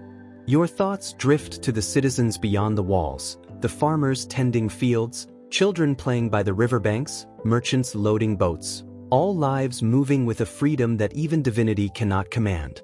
The weight on your shoulders lightens imperceptibly as you imagine yourself untethered, walking among them, anonymous, human. Even a pharaoh, the living god, deserves these moments of quiet. Breathe deeply, slowly, and let the rhythm of the Nile, the soft whisper of wind through palms, and the faint hum of distant chants guide you. Eternity can wait. For now, you are simply a body, a mind, a consciousness at rest. Let the softness of night envelop you, stretching long into peaceful slumber. Tomorrow the duties, rituals, and expectations will return, but tonight, they are distant. Tonight, there is only calm, only gentle shadows, only the quiet assurance that even the heaviest crown can be laid aside, if only for a little while. Hey guys, tonight we drift into a world that might feel both alien and eerily familiar, a world where your morning stretches aren't just about waking up slowly but about bracing yourself for a day that could break your body before breakfast. Imagine waking up on a hard floor or thin mat in a small, dimly lit home. The air smells faintly of smoke and clay, a mixture you'll never forget. Outside, the first rays of sunlight strike uneven rooftops, and somewhere in the distance, water jars clink as the day begins. You probably won't survive this, at least not without tripping over your own exhaustion a few times. But let's see how women did it, day in and day out, thousands of years ago. So, before you get comfortable, take a moment to like the video and subscribe, but only if you genuinely enjoy what I do here.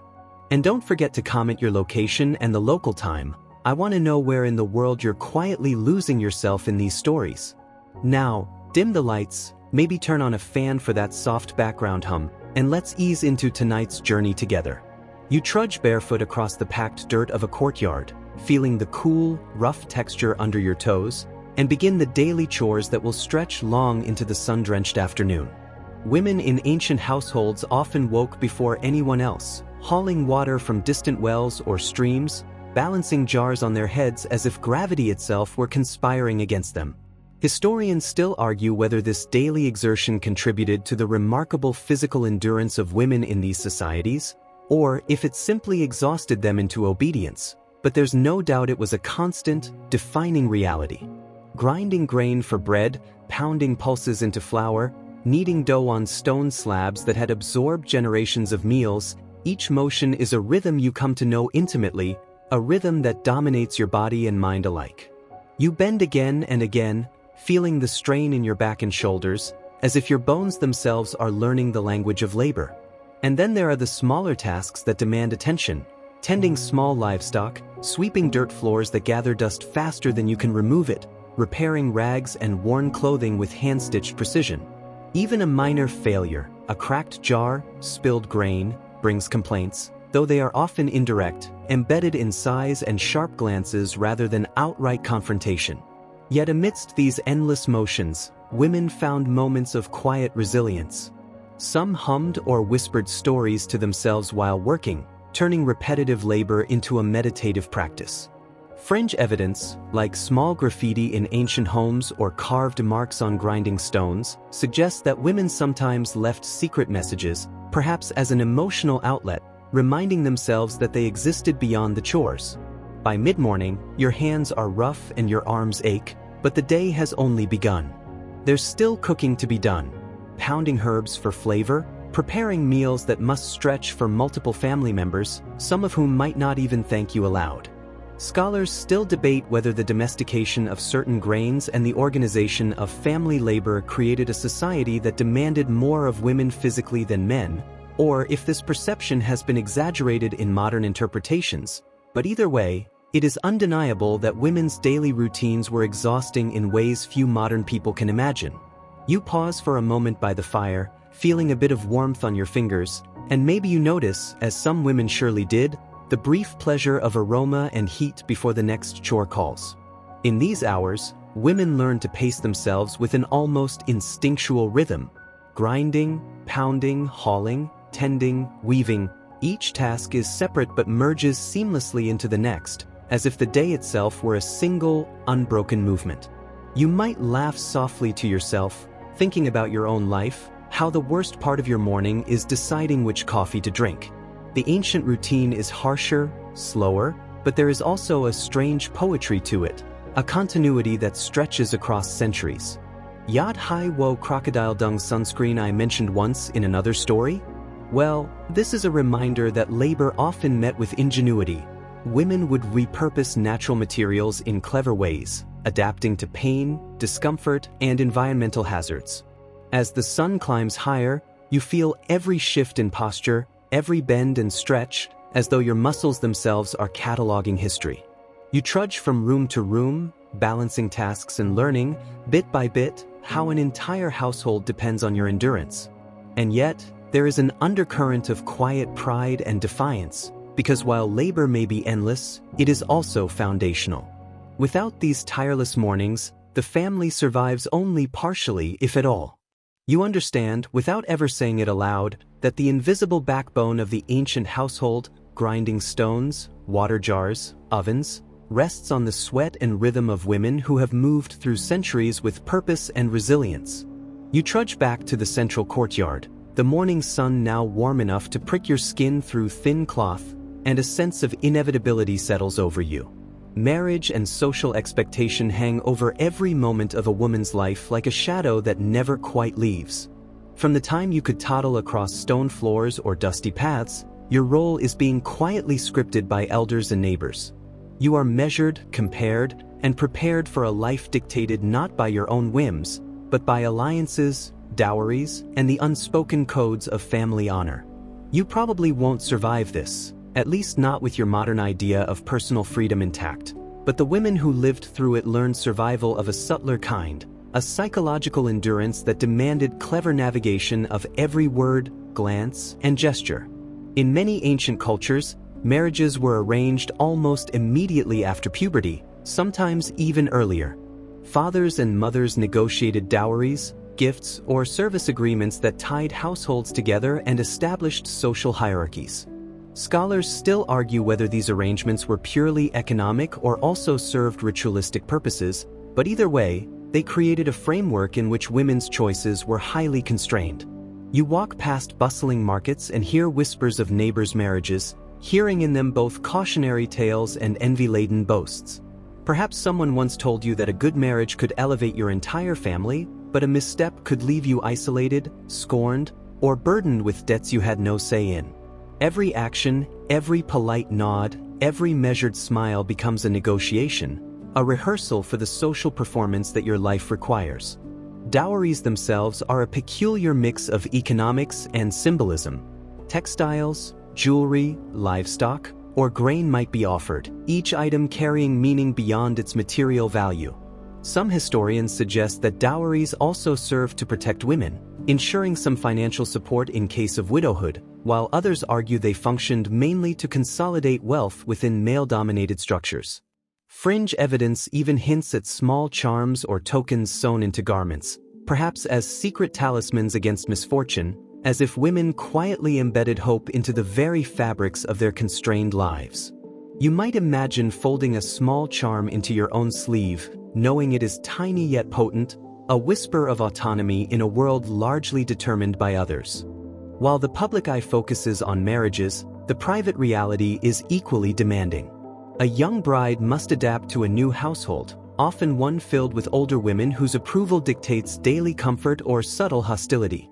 You navigate kitchens, storage rooms, and courtyards, constantly balancing expectations, anticipating criticism, and learning the intricate dance of domestic diplomacy. Scholars still debate whether these hierarchical structures empowered older women to mentor younger ones or simply perpetuated cycles of control, but either way, it's a world where your survival depends on perception as much as action. You notice how small gestures, a careful serving of water, the neat folding of clothes, a well-timed compliment, can ripple outward, subtly shaping your status and daily treatment. The pressure does not end at domestic walls. Community opinion, local customs, and religious observances all weigh on women's behavior. Public gatherings, temple rituals, and neighborhood interactions become arenas for subtle judgment, where even minor missteps might be noted and commented upon. You probably find yourself tense with awareness, adjusting posture, modulating voice, and calculating responses as though each encounter is a performance. Some historians suggest that this constant surveillance, though socially pervasive, may have honed extraordinary observational and interpersonal skills, creating a kind of adaptive intelligence that modern observers can only admire from afar. And so, from dawn until the sun dips low, women move like shadows through their world, performing duties, navigating expectations, and quietly mastering the art of endurance in a society that measures worth by conformity as much as contribution. You trudge slowly toward the small courtyard garden, where herbs grow in uneven rows and the sun strikes the soil at an unforgiving angle. Here, in this small patch of earth, the cycle of life and risk is most intimate. Childbirth, survival, and mortality weigh heavily on every woman who has ever walked these grounds. You probably won't survive this, at least not without a modern hospital's comforts and obstetric knowledge, but for women in ancient times, pregnancy was a daily negotiation with chance. Each passing month brought hope and terror, as infants were fragile, and maternal mortality was a grim, constant possibility that shadowed every household. Historians still argue whether the high death rates were purely biological or exacerbated by social practices, but either way, the physical and emotional toll was immense. Your hands brush the rough leaves of medicinal herbs, the same plants that generations of women before you relied on to ease labor pains or prevent infections. Some remedies are rooted in genuine efficacy: willow bark for pain, certain oils for cleaning wounds, others aimed at regulating cycles or calming nerves. Fringe evidence suggests that in some regions, women also use charms, spells, and ritual incantations during pregnancy, a blend of practical medicine and spiritual reassurance, a dual line of defense against forces they could not control. You bend over to examine a clump of dried roots, imagining the countless hands that held these plants with both reverence and desperation, each hoping for a safe birth, each understanding how precarious life truly was. The act of giving birth is more than a physical challenge. It is also a test of endurance and knowledge. Midwives, often women themselves with decades of experience, guide and support, but complications are frequent and deadly. Infant mortality hovered at high percentages, meaning that loss was an almost expected part of life. You trudge alongside the imagined presence of a midwife, listening to her soft instructions, the whispered encouragements to push or breathe, the subtle pressure of hands on your back.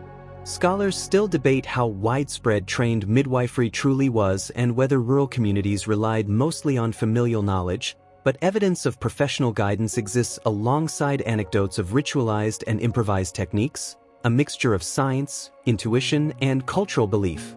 Between pregnancies, women still manage the household, care for older children, and maintain gardens or livestock, often recovering physically just enough before the next cycle begins. The continuous strain can weaken the body, leaving women vulnerable to illness or exhaustion. You pause to touch a worn grinding stone nearby, recalling the rhythmic labor that continues even in the shadow of these mortal risks. Ancient societies recognized the high stakes of reproduction and, in some cases, instituted protective rituals, offerings, prayers, and ceremonies intended to safeguard mother and child. Yet these rituals, though comforting, could not prevent the harsh realities that defined the lived experience of most women. There is a quiet strength here, an endurance forged under the pressure of repeated risk, grief, and hope. You imagine yourself bending over an infant, cradling a fragile body that may not survive its first year, feeling both overwhelming responsibility and an intimate, ineffable bond. Life is harsh, relentless, and unforgiving, but women learn resilience in these moments, resilience that modern observers can barely comprehend. Their courage is quiet, woven into daily gestures, repeated tasks, and the constant, unwavering presence required to nurture life despite knowing its fragility. You notice, perhaps with a slight shiver, that endurance itself becomes a kind of power, a subtle, enduring rebellion against the cruel lottery of birth and mortality. You move toward the small basin near the house, where water gathers from a nearby stream, reflecting the pale morning light as you prepare for the routines of cleanliness that might delay sickness, or at least make the day a little more bearable. Hygiene in ancient times is a patchwork of necessity, tradition, and inventive improvisation, and women bore the responsibility of maintaining it, not just for themselves but for their families. You probably won't survive this, especially if you think a quick shower counts, but for women then, keeping clean was a ritual, a duty, and sometimes a gamble. Historians still argue whether certain practices were widespread health measures or more symbolic gestures tied to spiritual beliefs, yet both practical and mystical motives shaped daily routines. Your hands move over rough linen cloths and scrub stones, preparing the family's meager garments and bathing tools. Quirky remedies surface in unexpected ways. Some women used mixtures of ash, clay, or even crushed plant materials as cleansers, believing them to ward off disease or evil spirits. Fringe evidence suggests that substances like crocodile dung were employed as sunscreen or antiseptic in certain regions, an eyebrow-raising example of how necessity and local knowledge intersected. You pause to rub the paste onto your imagined forearm, grimacing at the thought, and then laugh softly, realizing that survival sometimes demanded the most unappetizing solutions. These daily rituals weren't just about comfort, they were acts of precaution, small victories in the ongoing battle against infection, lice, and other unavoidable hazards. Beyond washing and scrubbing, attention to diet, herbal supplements, and exercise, or at least physical activity, was considered essential. Women carried knowledge of what plants could soothe cramps, prevent fevers, or strengthen the body for pregnancy and labor. Scholars still debate whether this knowledge was systematically passed down or mostly learned through observation and trial, but evidence exists in fragments. Pottery labeled with herbal ingredients, carvings showing plants in domestic spaces, even recipes written in clay tablets that survive millennia. You lean closer to the herbs, imagining yourself memorizing their shapes and scents, silently taking on the centuries-long apprenticeship that life demanded. Sanitation is another story altogether. Waste disposal often involved communal pits, nearby streams, or open fields, and women had to navigate these environments carefully, balancing practicality with modesty and safety. You trudge past these spaces with a keen awareness of what could go wrong, noting how social rules dictated access and behavior. Missteps could mean illness, ridicule, or worse, and historians still argue whether sanitation restrictions were primarily about public health or controlling social order. Each careful step, each measured action, reflects the constant vigilance women maintained in a world that offered very little margin for error. As the morning stretches, the physical and mental layers of hygiene, health, and survival merge. You notice how women developed routines that intertwine care for self, family, and household, creating a web of practices that, when observed from afar, might seem tedious or ritualistic. Yet within this rhythm, there is resilience, ingenuity, and adaptation. You imagine the faint scent of herbs mingling with smoke from cooking fires, the warmth of sunlight filtering through clay walls, and the quiet determination that sustains the household. Life is harsh, yes, but in these daily gestures, women assert control over their bodies and their environment, small acts of empowerment that ripple quietly through centuries of overlooked history. You trudge past the low temple walls, the carved stone glinting faintly in the afternoon sun, and step into a realm where the sacred and the domestic intertwine. Religion in ancient times often dictated women's lives as much as any law or social expectation, and yet within these constraints, women carved spaces of influence and ritual significance. You probably won't survive this, especially if you expect equal access to altars, rites, or spiritual leadership, but women learn to navigate the labyrinth of sacred rules and covert authority. Historians still argue whether temple roles offered genuine empowerment or merely a controlled form of visibility, but the evidence shows that women were rarely passive participants in spiritual life. In domestic rituals, you find yourself preparing offerings, grinding grains, picking fragrant herbs, or mixing colored clays for ceremonial paint. These small tasks are repeated with precision and often guided by oral instruction, passed down from mother to daughter. Fringe evidence even hints at hidden knowledge, secret prayers whispered under breath, amulets tucked into clothing, small charms buried under thresholds, all ways women engaged with the divine while remaining unseen or uncredited. You pause to watch a flicker of oil lamp light on the painted wall, imagining generations of women performing the same careful gestures, their devotion expressed in labor, scent, and careful repetition. Participation in public religious ceremonies is more restrictive. Some cultures allowed women to act as priestesses or attendants, though often only in roles that emphasized purity, obedience, or fertility. You walk slowly, watching other villagers moving toward communal altars, sensing both exclusion and subtle power in the edges of these gatherings. Scholars still debate whether women who occupied these positions exercised meaningful influence or were symbolic extensions of male authority, yet inscriptions and iconography occasionally reveal women issuing blessings, interpreting omens, or controlling ritual objects, a quiet but real demonstration of agency. You imagine the weight of ritual garb on your shoulders, the soft rustle of robes as you move, and the concentrated focus required to perform rites flawlessly. Even outside formal temples, spiritual life permeates every domestic action. Cooking, cleaning, and childcare are infused with beliefs, taboos, and protections. You carefully place each ingredient, aware of the invisible rules. A misstep could invite misfortune, offend a household deity, or disrupt the health of your family. Fringe practices, such as tying knots in cloth for protection or reciting chants over water jars, add layers of magical thinking to practical routines, illustrating how women integrated sacred vigilance into mundane tasks. Historians still debate how much of this was superstition versus structured religion, but either way, it shaped daily life and underscored the constant responsibility women carried. By evening, as the courtyard shadows stretch long and the scent of fires drifts upward, you feel the intertwining of devotion and survival, sacred duty and domestic obligation. You notice how women, even when constrained, found subtle ways to assert authority, create meaning, and maintain personal networks of spiritual influence.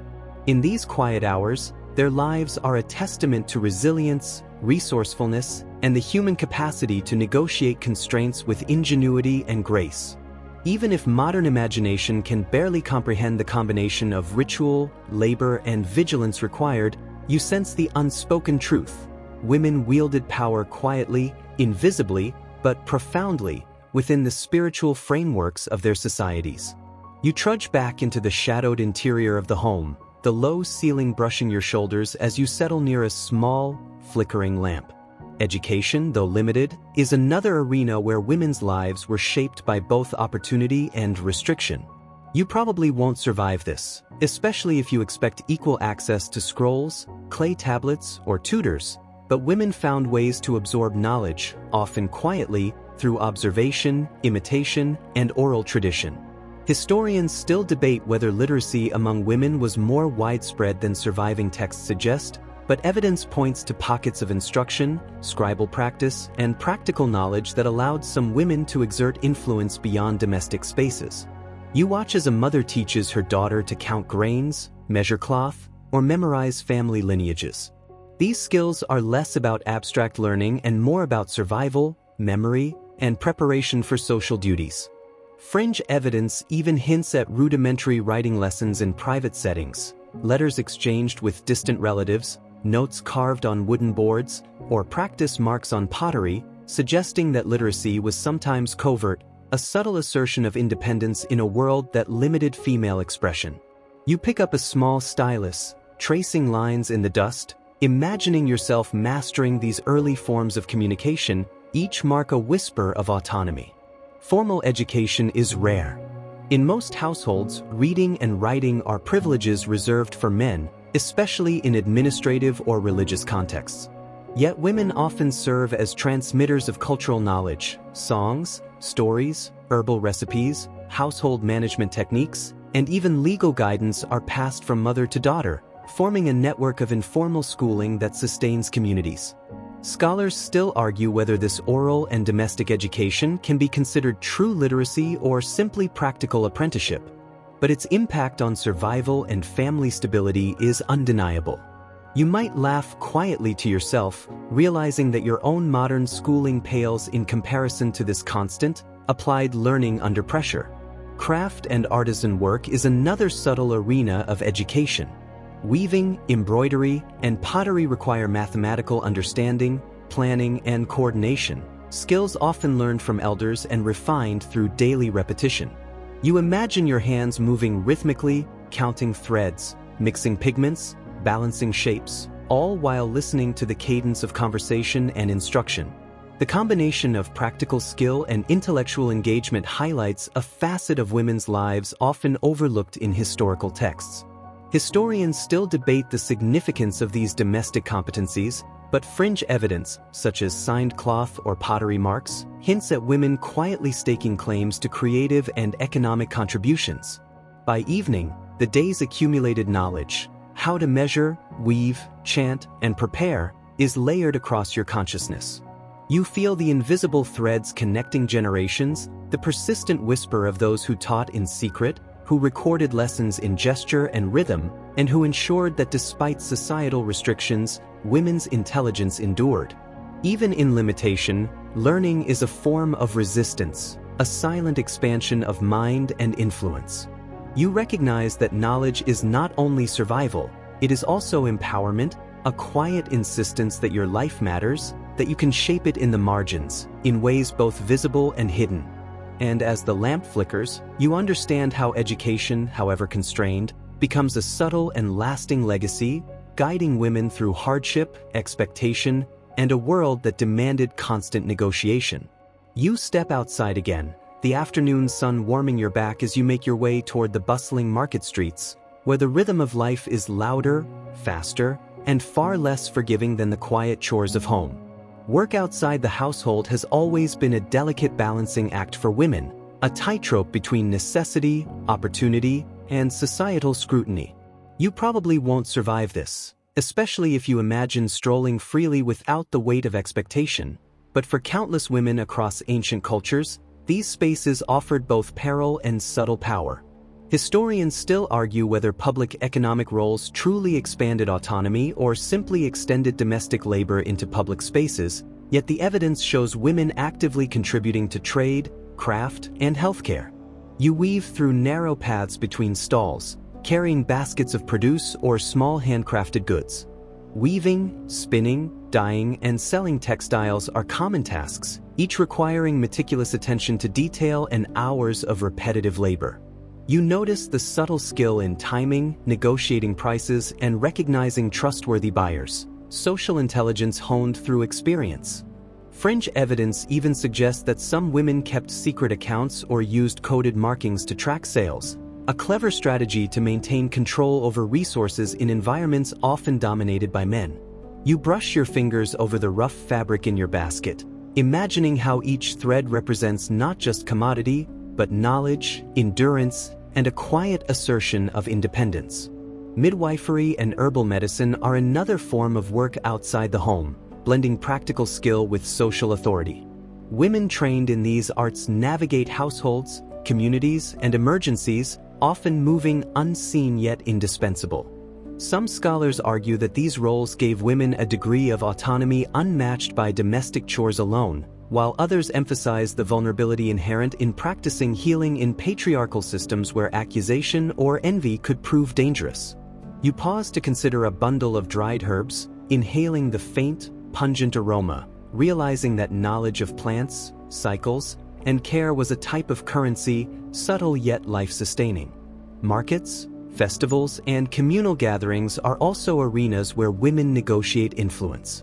You see them directing apprentices, supervising work, or quietly instructing younger girls, passing down skills, norms, and wisdom. Even when restricted from formal power, these interactions create networks of trust and subtle authority, binding communities together and ensuring survival across generations. Fringe accounts show women occasionally acting as mediators in disputes, leveraging their reputations and networks to settle conflicts, a quiet but impactful role. Historians still debate how formal or recognized this influence was, but its practical effect on family and community life is clear. As the sun begins to tilt toward evening, the day's labor outside blends with domestic responsibilities. You carry your basket home, feeling the cumulative weight of muscle and mind, aware that every negotiation, every deft hand movement, and every whispered instruction contributes to survival and, in subtle ways, autonomy. Even amid restrictions, women develop strategies to control, manage, and influence the world beyond their homes, crafting small but significant spaces where they shape outcomes, protect family, and quietly assert their presence. You trudge past familiar doors, aware that the boundaries of home and market are porous, and that every outward step echoes both duty and resourcefulness, a dance between survival and subtle empowerment. You trudge along the uneven path toward the household granary, the late afternoon shadows stretching long and cool across the clay walls, and consider the complicated world of legal rights and property that shapes women's lives.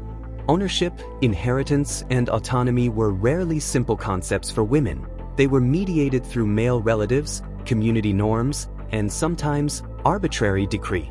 You probably won't survive this, at least not if you imagine entering a courtroom with equal footing, but women learned to navigate these systems with subtlety, negotiation, and resilience.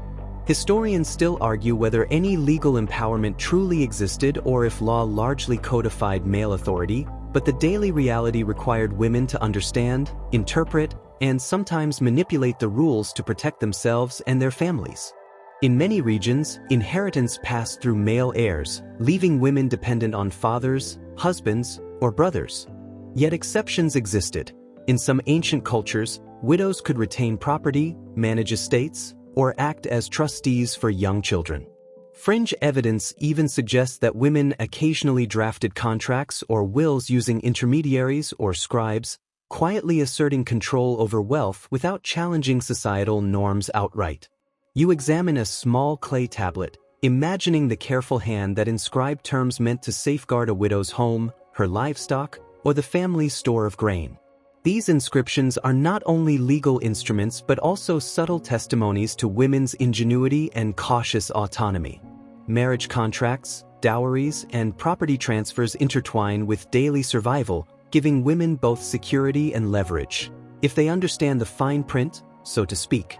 You trudge past the family barn, noticing how possessions, livestock, and even minor household items are often tied up in agreements that affect daily work, resource allocation, and social status. Scholars still debate how much practical power women could wield through these agreements versus symbolic influence, but there's no doubt that those who mastered these conventions could shape outcomes in ways invisible to the casual observer. Your fingers brush against woven textiles and small clay vessels, each item representing not just utility but also the layered negotiations of property, obligation, and survival. Legal limitations were compounded by community oversight. Even if law allowed certain rights, social enforcement could restrict their exercise. You notice neighbors watching the movement of goods or commenting on disputes, subtle pressures that shape behavior as surely as any written rule. Fringe sources reveal women's clever strategies for asserting authority in such constrained systems: discreet alliances, managing accounts in secret, or invoking customary rights to settle disagreements. These tactics required patience, memory, and careful calculation, turning knowledge into a tool of quiet empowerment. By evening, the weight of legal structures, social expectation, and property management intertwine seamlessly with the day's labor. You feel the cumulative tension and resilience embedded in every action, every choice, and every negotiation.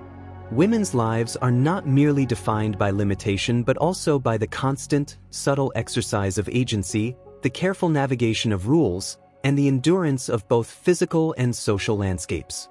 As shadows lengthen, you recognize that mastery over law, property, and obligation, quiet, patient, and often invisible, is one of the ways women survived, influenced their communities, and quietly asserted their presence in a world that measured them in halves and margins. You trudge toward the back courtyard where the lowest status laborers gather, the late afternoon sun now soft but still warm on your back, and the weight of human hierarchy presses in. Slavery and servitude defined the harshest experiences for women in ancient societies, layering physical labor with social vulnerability and constant surveillance. You probably won't survive this. Certainly not if you imagine having freedom of movement or choice, but enslaved women endured relentless toil, unpredictable treatment, and the constant threat of punishment. Historians still debate whether slavery was primarily economic, social, or ritualistic in function, yet the lived reality was universally harsh and unforgiving. Your hands brush against rough ropes, wooden implements, and clay vessels as you envision the daily tasks assigned to enslaved women: hauling water, tending fields, preparing food for households that might never acknowledge your effort. Fringe evidence hints at covert forms of resistance, such as secret messages scratched onto walls, hidden stashes of food, or whispered communication networks, allowing women to assert small islands of control within a rigid system. You imagine passing a hidden note to another woman, a silent reassurance that even under extreme oppression, solidarity and subtle rebellion could persist. Punishments for missteps are immediate and often brutal, ranging from verbal reprimands to physical penalties, leaving little room for error.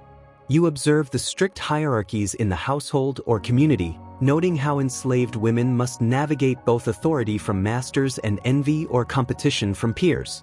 Scholars still argue about the psychological strategies enslaved women developed to survive, whether submission, cunning, or negotiation, but the evidence of endurance is undeniable.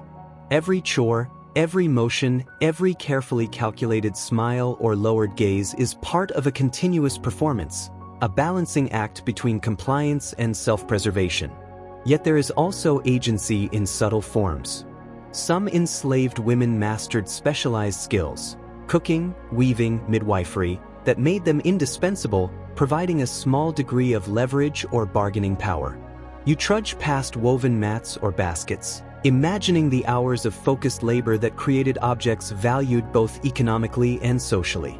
Fringe accounts suggest that, in rare cases, skilled women could influence household decisions, negotiate minor freedoms, or even earn the possibility of manumission, a delicate negotiation that required courage, intelligence, and patience. Their labor, though coerced, became a quiet assertion of capability and resilience. By evening, as shadows stretch long and muted across the yard, you sense the duality of life in servitude, unrelenting toil paired with the persistent, understated intelligence women use to survive. You feel the weight of centuries of labor, yet also the flickers of ingenuity and human spirit that persisted even under severe constraint. The experience of enslaved women, though extreme, illustrates the full spectrum of adaptation and endurance, the ability to persist physically, navigate social systems, and retain subtle agency where overt power is denied. You trudge home slowly, considering how these stories, though seldom recorded in full, echo through the fabric of history, reminding us that survival itself can be a quiet form of defiance and a testament to human resilience. You trudge toward the small courtyard mirror, or perhaps just the reflective surface of a water basin, catching your own image in the dappled sunlight, and realize how deeply appearance, clothing, and societal judgment intertwine with women's lives. Fashion was never frivolous. It dictated status, mobility, and even personal safety. You probably won't survive this, especially if you think clothes are merely decorative, but in ancient times, what you wore and how you presented yourself could determine everything from marriage prospects to social acceptance, and sometimes even survival. Historians still debate whether strict dress codes were imposed solely to maintain order or also to reinforce gender hierarchies, but evidence shows that women had to carefully navigate these expectations daily. You notice the weight of layered garments, woven textiles, and stitched seams that restrict movement but signify social rank. Fringe evidence suggests that women experimented with dyes, patterns, and adornments to subtly signal family connections, fertility, or cleverness, encoding personal expression into public appearance. You reach for a length of dyed cloth, imagining the care it took to prepare, its color derived from plants, minerals, or even insects, a process that required labor, knowledge, and patience.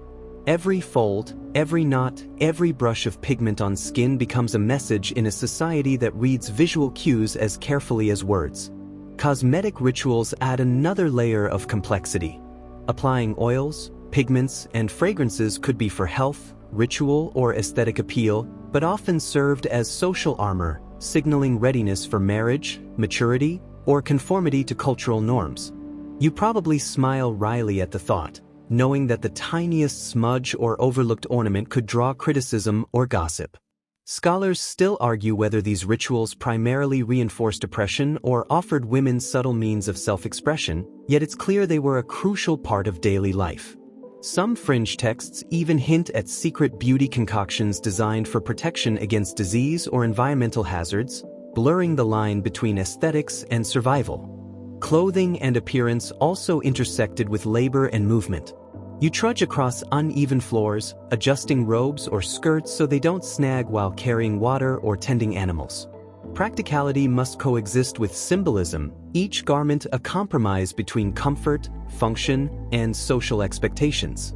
You note the constant mental calculation required, how to balance visibility and discretion, obedience and personal preference, societal rules and bodily ease. Historians still debate the degree to which these calculations influenced women's autonomy or reinforced dependency, but the physical and cognitive effort involved is undeniable. By evening, as shadows pool beneath walls and the aroma of cooking fires drifts upward, you understand how deeply appearance and clothing are embedded in survival and social negotiation. The fabrics, dyes, and rituals you've handled today are not merely ornaments but tools of endurance, subtle assertion, and self-protection. You trudge toward the fading sunlight, recognizing that through careful attention to detail, women navigated a world where judgment was constant, and where the line between survival and social ruin often depended on the precise fold of a garment or the timely application of a fragrance. In this delicate balance, they carved a space for resilience, expression, and quiet authority, all within the constraints of expectation and tradition. You trudge toward the distant city walls, their rough stone rising above the horizon, and the tension in the air reminds you that women's lives were never fully insulated from the dangers of warfare, raids, or sudden violence. Vulnerability in conflict zones was a constant companion. Women often faced physical threats, displacement, or forced labor as armies, invaders, or marauders swept through settlements. You probably won't survive this. Certainly not without walls, weapons, or the luck of circumstance, but women adapted, surviving not through brute force but through cunning, speed, and careful observation. Historians still argue how much direct participation women had in defensive strategies, but evidence suggests that their roles, though limited publicly, were essential behind the scenes. You trudge past makeshift barricades and keep a wary eye on the horizon, imagining the frantic preparation when rumors of raids spread through villages.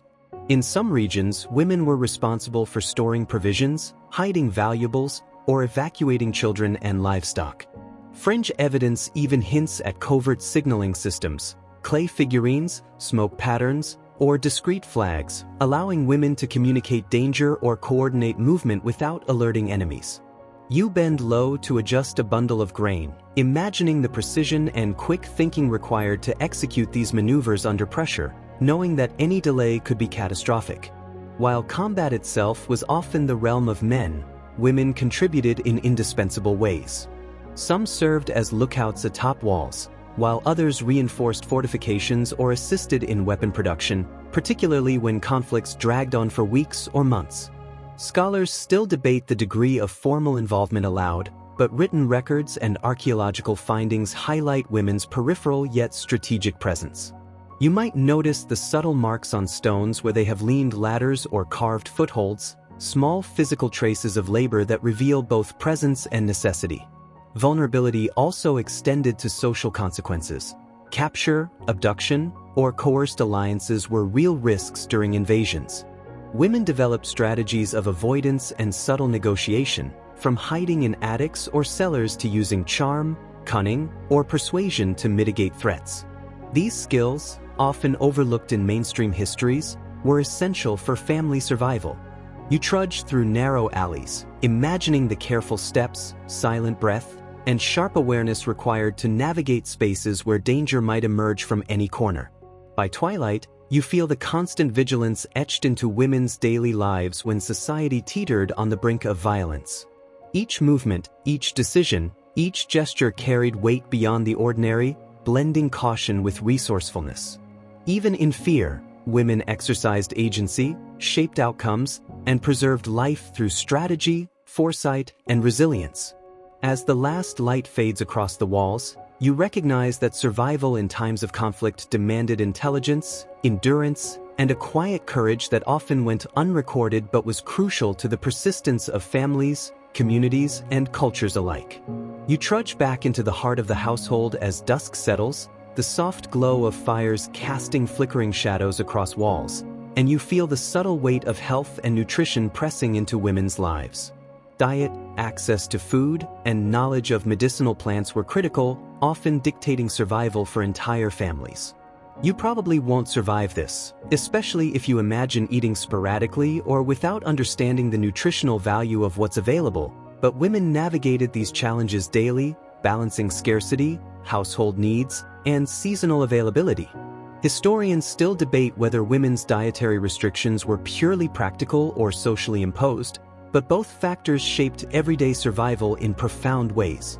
You move toward baskets of grains, legumes, and dried fruits, the aroma faint but comforting. Women were responsible for deciding rations, preparing meals that stretched across the day, and ensuring children and elders received sustenance. Fringe evidence even hints at early forms of food preservation and seasoning that demonstrate experimentation, adaptation, and cultural knowledge passed down through generations. You trudge carefully, balancing water jugs and baskets, imagining the hours of kneading, grinding, and cooking that transformed raw ingredients into edible sustenance, and recognizing how central these tasks were to life itself. Herbal medicine intertwines seamlessly with nutrition. Certain plants were used to treat digestive issues, fevers, or menstrual discomfort, and women often possessed practical knowledge that rivals modern pharmacology in efficacy for the conditions of their environment. Scholars still argue how systematic this knowledge was, or whether it was mostly trial and error passed orally, but the survival impact is clear.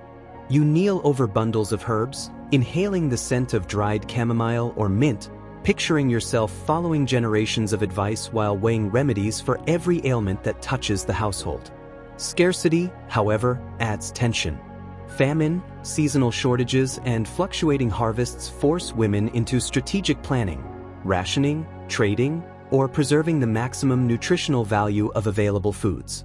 You probably notice, as some ancient observers recorded, that creative solutions often emerge from necessity, soaking grains to extend meals, fermenting fruits to preserve them, or using minimal spices to flavor staples.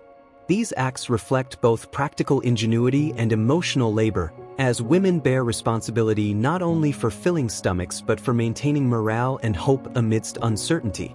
By nightfall, as the household settles into quiet and shadows deepen across the walls, you sense how deeply intertwined food, health, and survival are with women's daily labor. Every grain crushed, every herb chosen, every ration measured is part of a broader tapestry of endurance and care. You trudge slowly through the courtyard one last time, appreciating the invisible expertise required to sustain life under these conditions. Even in scarcity and constraint, women exert control, knowledge, and quiet influence, demonstrating the resilience and resourcefulness that allowed families and communities to persist through centuries of challenges that might otherwise seem insurmountable. You trudge toward the village center as the evening breeze carries the faint aroma of fires and cooking smoke, and you sense how social networks and community expectations quietly shape women's lives. Interaction with neighbors, kin, and even strangers requires constant navigation of relationships, reputation, and influence. You probably won't survive this, at least not if you imagine moving freely without consequence. But for women in ancient times, these social webs were essential for protection, resource sharing, and emotional support. Historians still debate how much informal influence women could wield in these networks versus simply being constrained by them, but evidence shows that interpersonal skill was crucial for survival. You pass groups of women trading information, exchanging herbs, or sharing gossip, a social currency as vital as coins. Fringe evidence even suggests subtle codes in conversation, gestures, or household signals that conveyed warnings, advice, or secret alliances. You imagine yourself leaning in slightly, listening and contributing with care, aware that every word could enhance or damage your standing. In these interactions, discretion, tact, and timing are as important as labor or craft skills, and mastering this social intelligence is a constant, unspoken requirement. Marriage and kinship obligations intersect heavily with social life. Women often mediated disputes, arranged exchanges, or ensured that obligations were met without overt confrontation. Scholars still argue whether these roles granted women meaningful authority or simply maintained social cohesion under male-dominated structures, but the fact remains that their efforts kept households and communities functioning smoothly. You trudge past an elderly matron directing younger women in subtle negotiations, her tone calm but firm, and you realize how much skill and strategy these daily interactions demand. Religious and ceremonial participation reinforces social networks. Women attending festivals, rituals, or collective work events navigate both spiritual and social hierarchies simultaneously. Fringe evidence hints that women sometimes coordinated behind the scenes, arranging seating, supervising children, or distributing food in ways that subtly influence outcomes. Historians still debate the extent of women's leadership in these contexts, but careful observation shows that their labor, diplomacy, and judgment leave lasting effects on communal stability. As darkness deepens and fires flicker low, you feel the invisible threads of connection linking households, kin, and neighbors, and the intricate skill with which women maintain them. Survival depends not only on physical endurance or domestic labor but also on reading faces, interpreting intentions, and maintaining alliances that protect family and household. You trudge home slowly, aware that the social landscape is as vital as any tangible resource and that women's influence, though often understated, flows quietly through the lifeblood of community life, sustaining, negotiating, and protecting those around them with subtle, constant care. You trudge toward the small, dimly lit room where tools, textiles, and household implements are stored, the shadows long and soft in the flickering firelight, and reflect on the unending cycle of labor and responsibility that frames women's lives. Craft, maintenance, and household management are continuous, demanding both physical effort and strategic thinking. You probably won't survive this, especially if you expect a day off, but for women, mastery over these daily routines was essential, blending skill, foresight, and endurance. Historians still debate whether the organization of domestic work empowered women with autonomy or reinforced subordination, yet the evidence of practical ingenuity is undeniable. You handle woven baskets, clay pots, and spindle tools, recognizing that every item represents hours of labor and knowledge passed down through generations. Fringe evidence even suggests that women sometimes embedded subtle symbols, initials, or coded marks into household crafts, quietly asserting ownership, identity, or lineage. You imagine carefully threading a spindle, each motion deliberate, combining efficiency with artistry, and sense how these repetitive tasks foster both discipline and a subtle sense of agency. Maintenance of the household requires constant vigilance. Floors must be swept, storage organized, fires tended, and water fetched, all while managing meals, children, and sometimes the infirm. Scholars still argue whether these routines were primarily burdens or a form of structured empowerment, but either way, they required intelligence, time management, and physical endurance.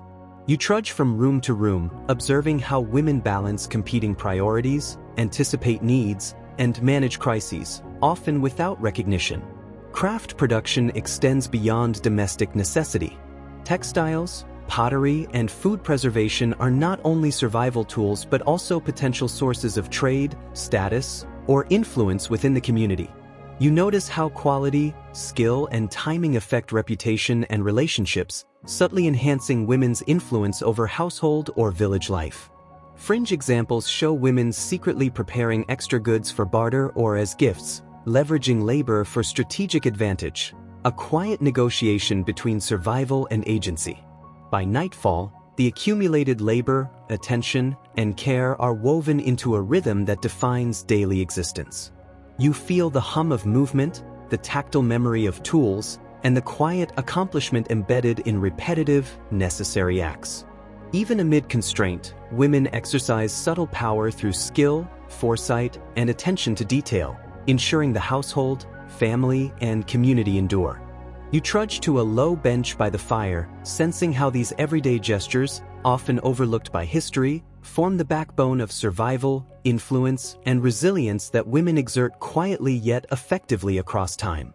You trudge toward the hearth as the final embers glow faintly in the evening, the room filled with the soft scent of smoke and dried herbs, and feel the weight of memory, tradition, and endurance settle around you. Storytelling, cultural transmission, and emotional labor are as crucial as physical toil, shaping identity, morals, and resilience across generations. You probably won't survive this, especially if you expect tales to be light or purely entertaining, but for women, these narratives carry wisdom, warnings, and strategies for survival. Historians still debate how much oral tradition reinforced patriarchal structures versus offering women a subtle form of authority, yet the influence of these stories on daily life is undeniable. You watch as an elder recounts tales of ancestors, mixing instruction with cautionary detail, emphasizing cleverness, perseverance, and vigilance. Fringe evidence suggests that women sometimes embedded personal experience, coded advice, or even subversive critiques within these narratives, transmitting knowledge that formal records might suppress. You trudge closer, listening to the cadence of speech, the rise and fall of inflection, imagining the centuries of repeated storytelling that form the invisible scaffolding of communal memory and female agency. Emotional labor accompanies these stories. Women comfort, counsel, and advise, balancing the needs of children, spouses, and elders while navigating social expectations.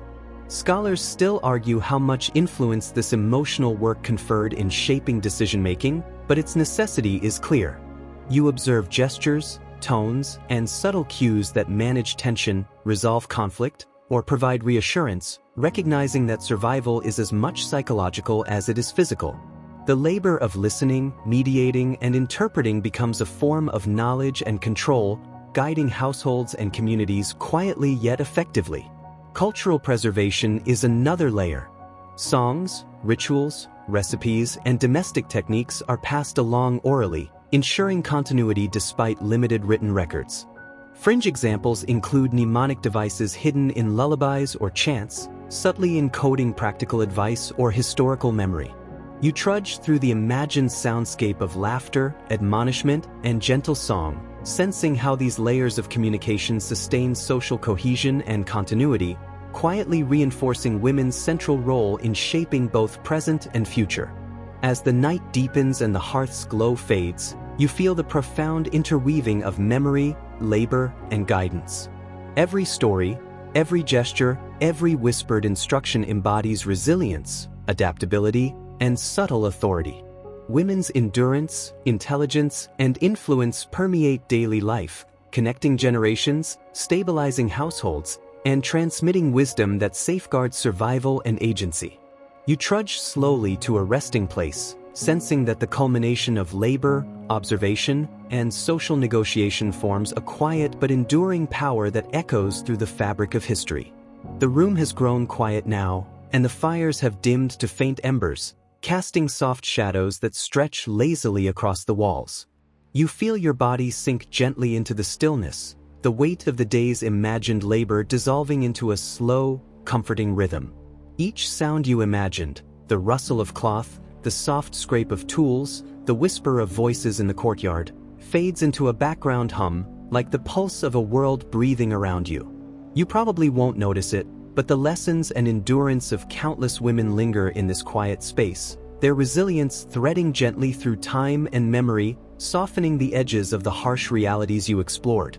Your thoughts drift with ease, moving from the practicalities of daily survival to the quiet, often invisible acts of ingenuity, care, and negotiation that sustained households and communities. You trace them softly in your mind, letting each act, preparing meals, weaving threads, remembering stories, navigating laws, tending fires, flow together into a tapestry of patience, foresight, and resilience. Fringe practices, secret knowledge, and whispered advice mingle effortlessly with observable routines, reminding you that survival often required creativity as much as strength and subtlety as much as endurance. The air around you feels cooler, softer, carrying hints of smoke, herbs, and the earth itself. Your body relaxes further, limbs releasing tension, eyes fluttering almost closed. You are cradled in the gentle, persistent rhythm of life and survival, held by the quiet wisdom of those who endured without fanfare. Historians may still argue over interpretations, but you can feel the enduring truth. Through labor, intelligence, and quiet authority, women shaped the world around them, leaving traces that ripple softly through time. As your breathing slows, your mind drifts toward softness, toward gentle recollection rather than harsh reflection. Let the subtle, enduring presence of these lives ease your thoughts, a lullaby of resilience and quiet strength. Allow yourself to sink fully, letting the rhythm of history soothe and carry you toward rest.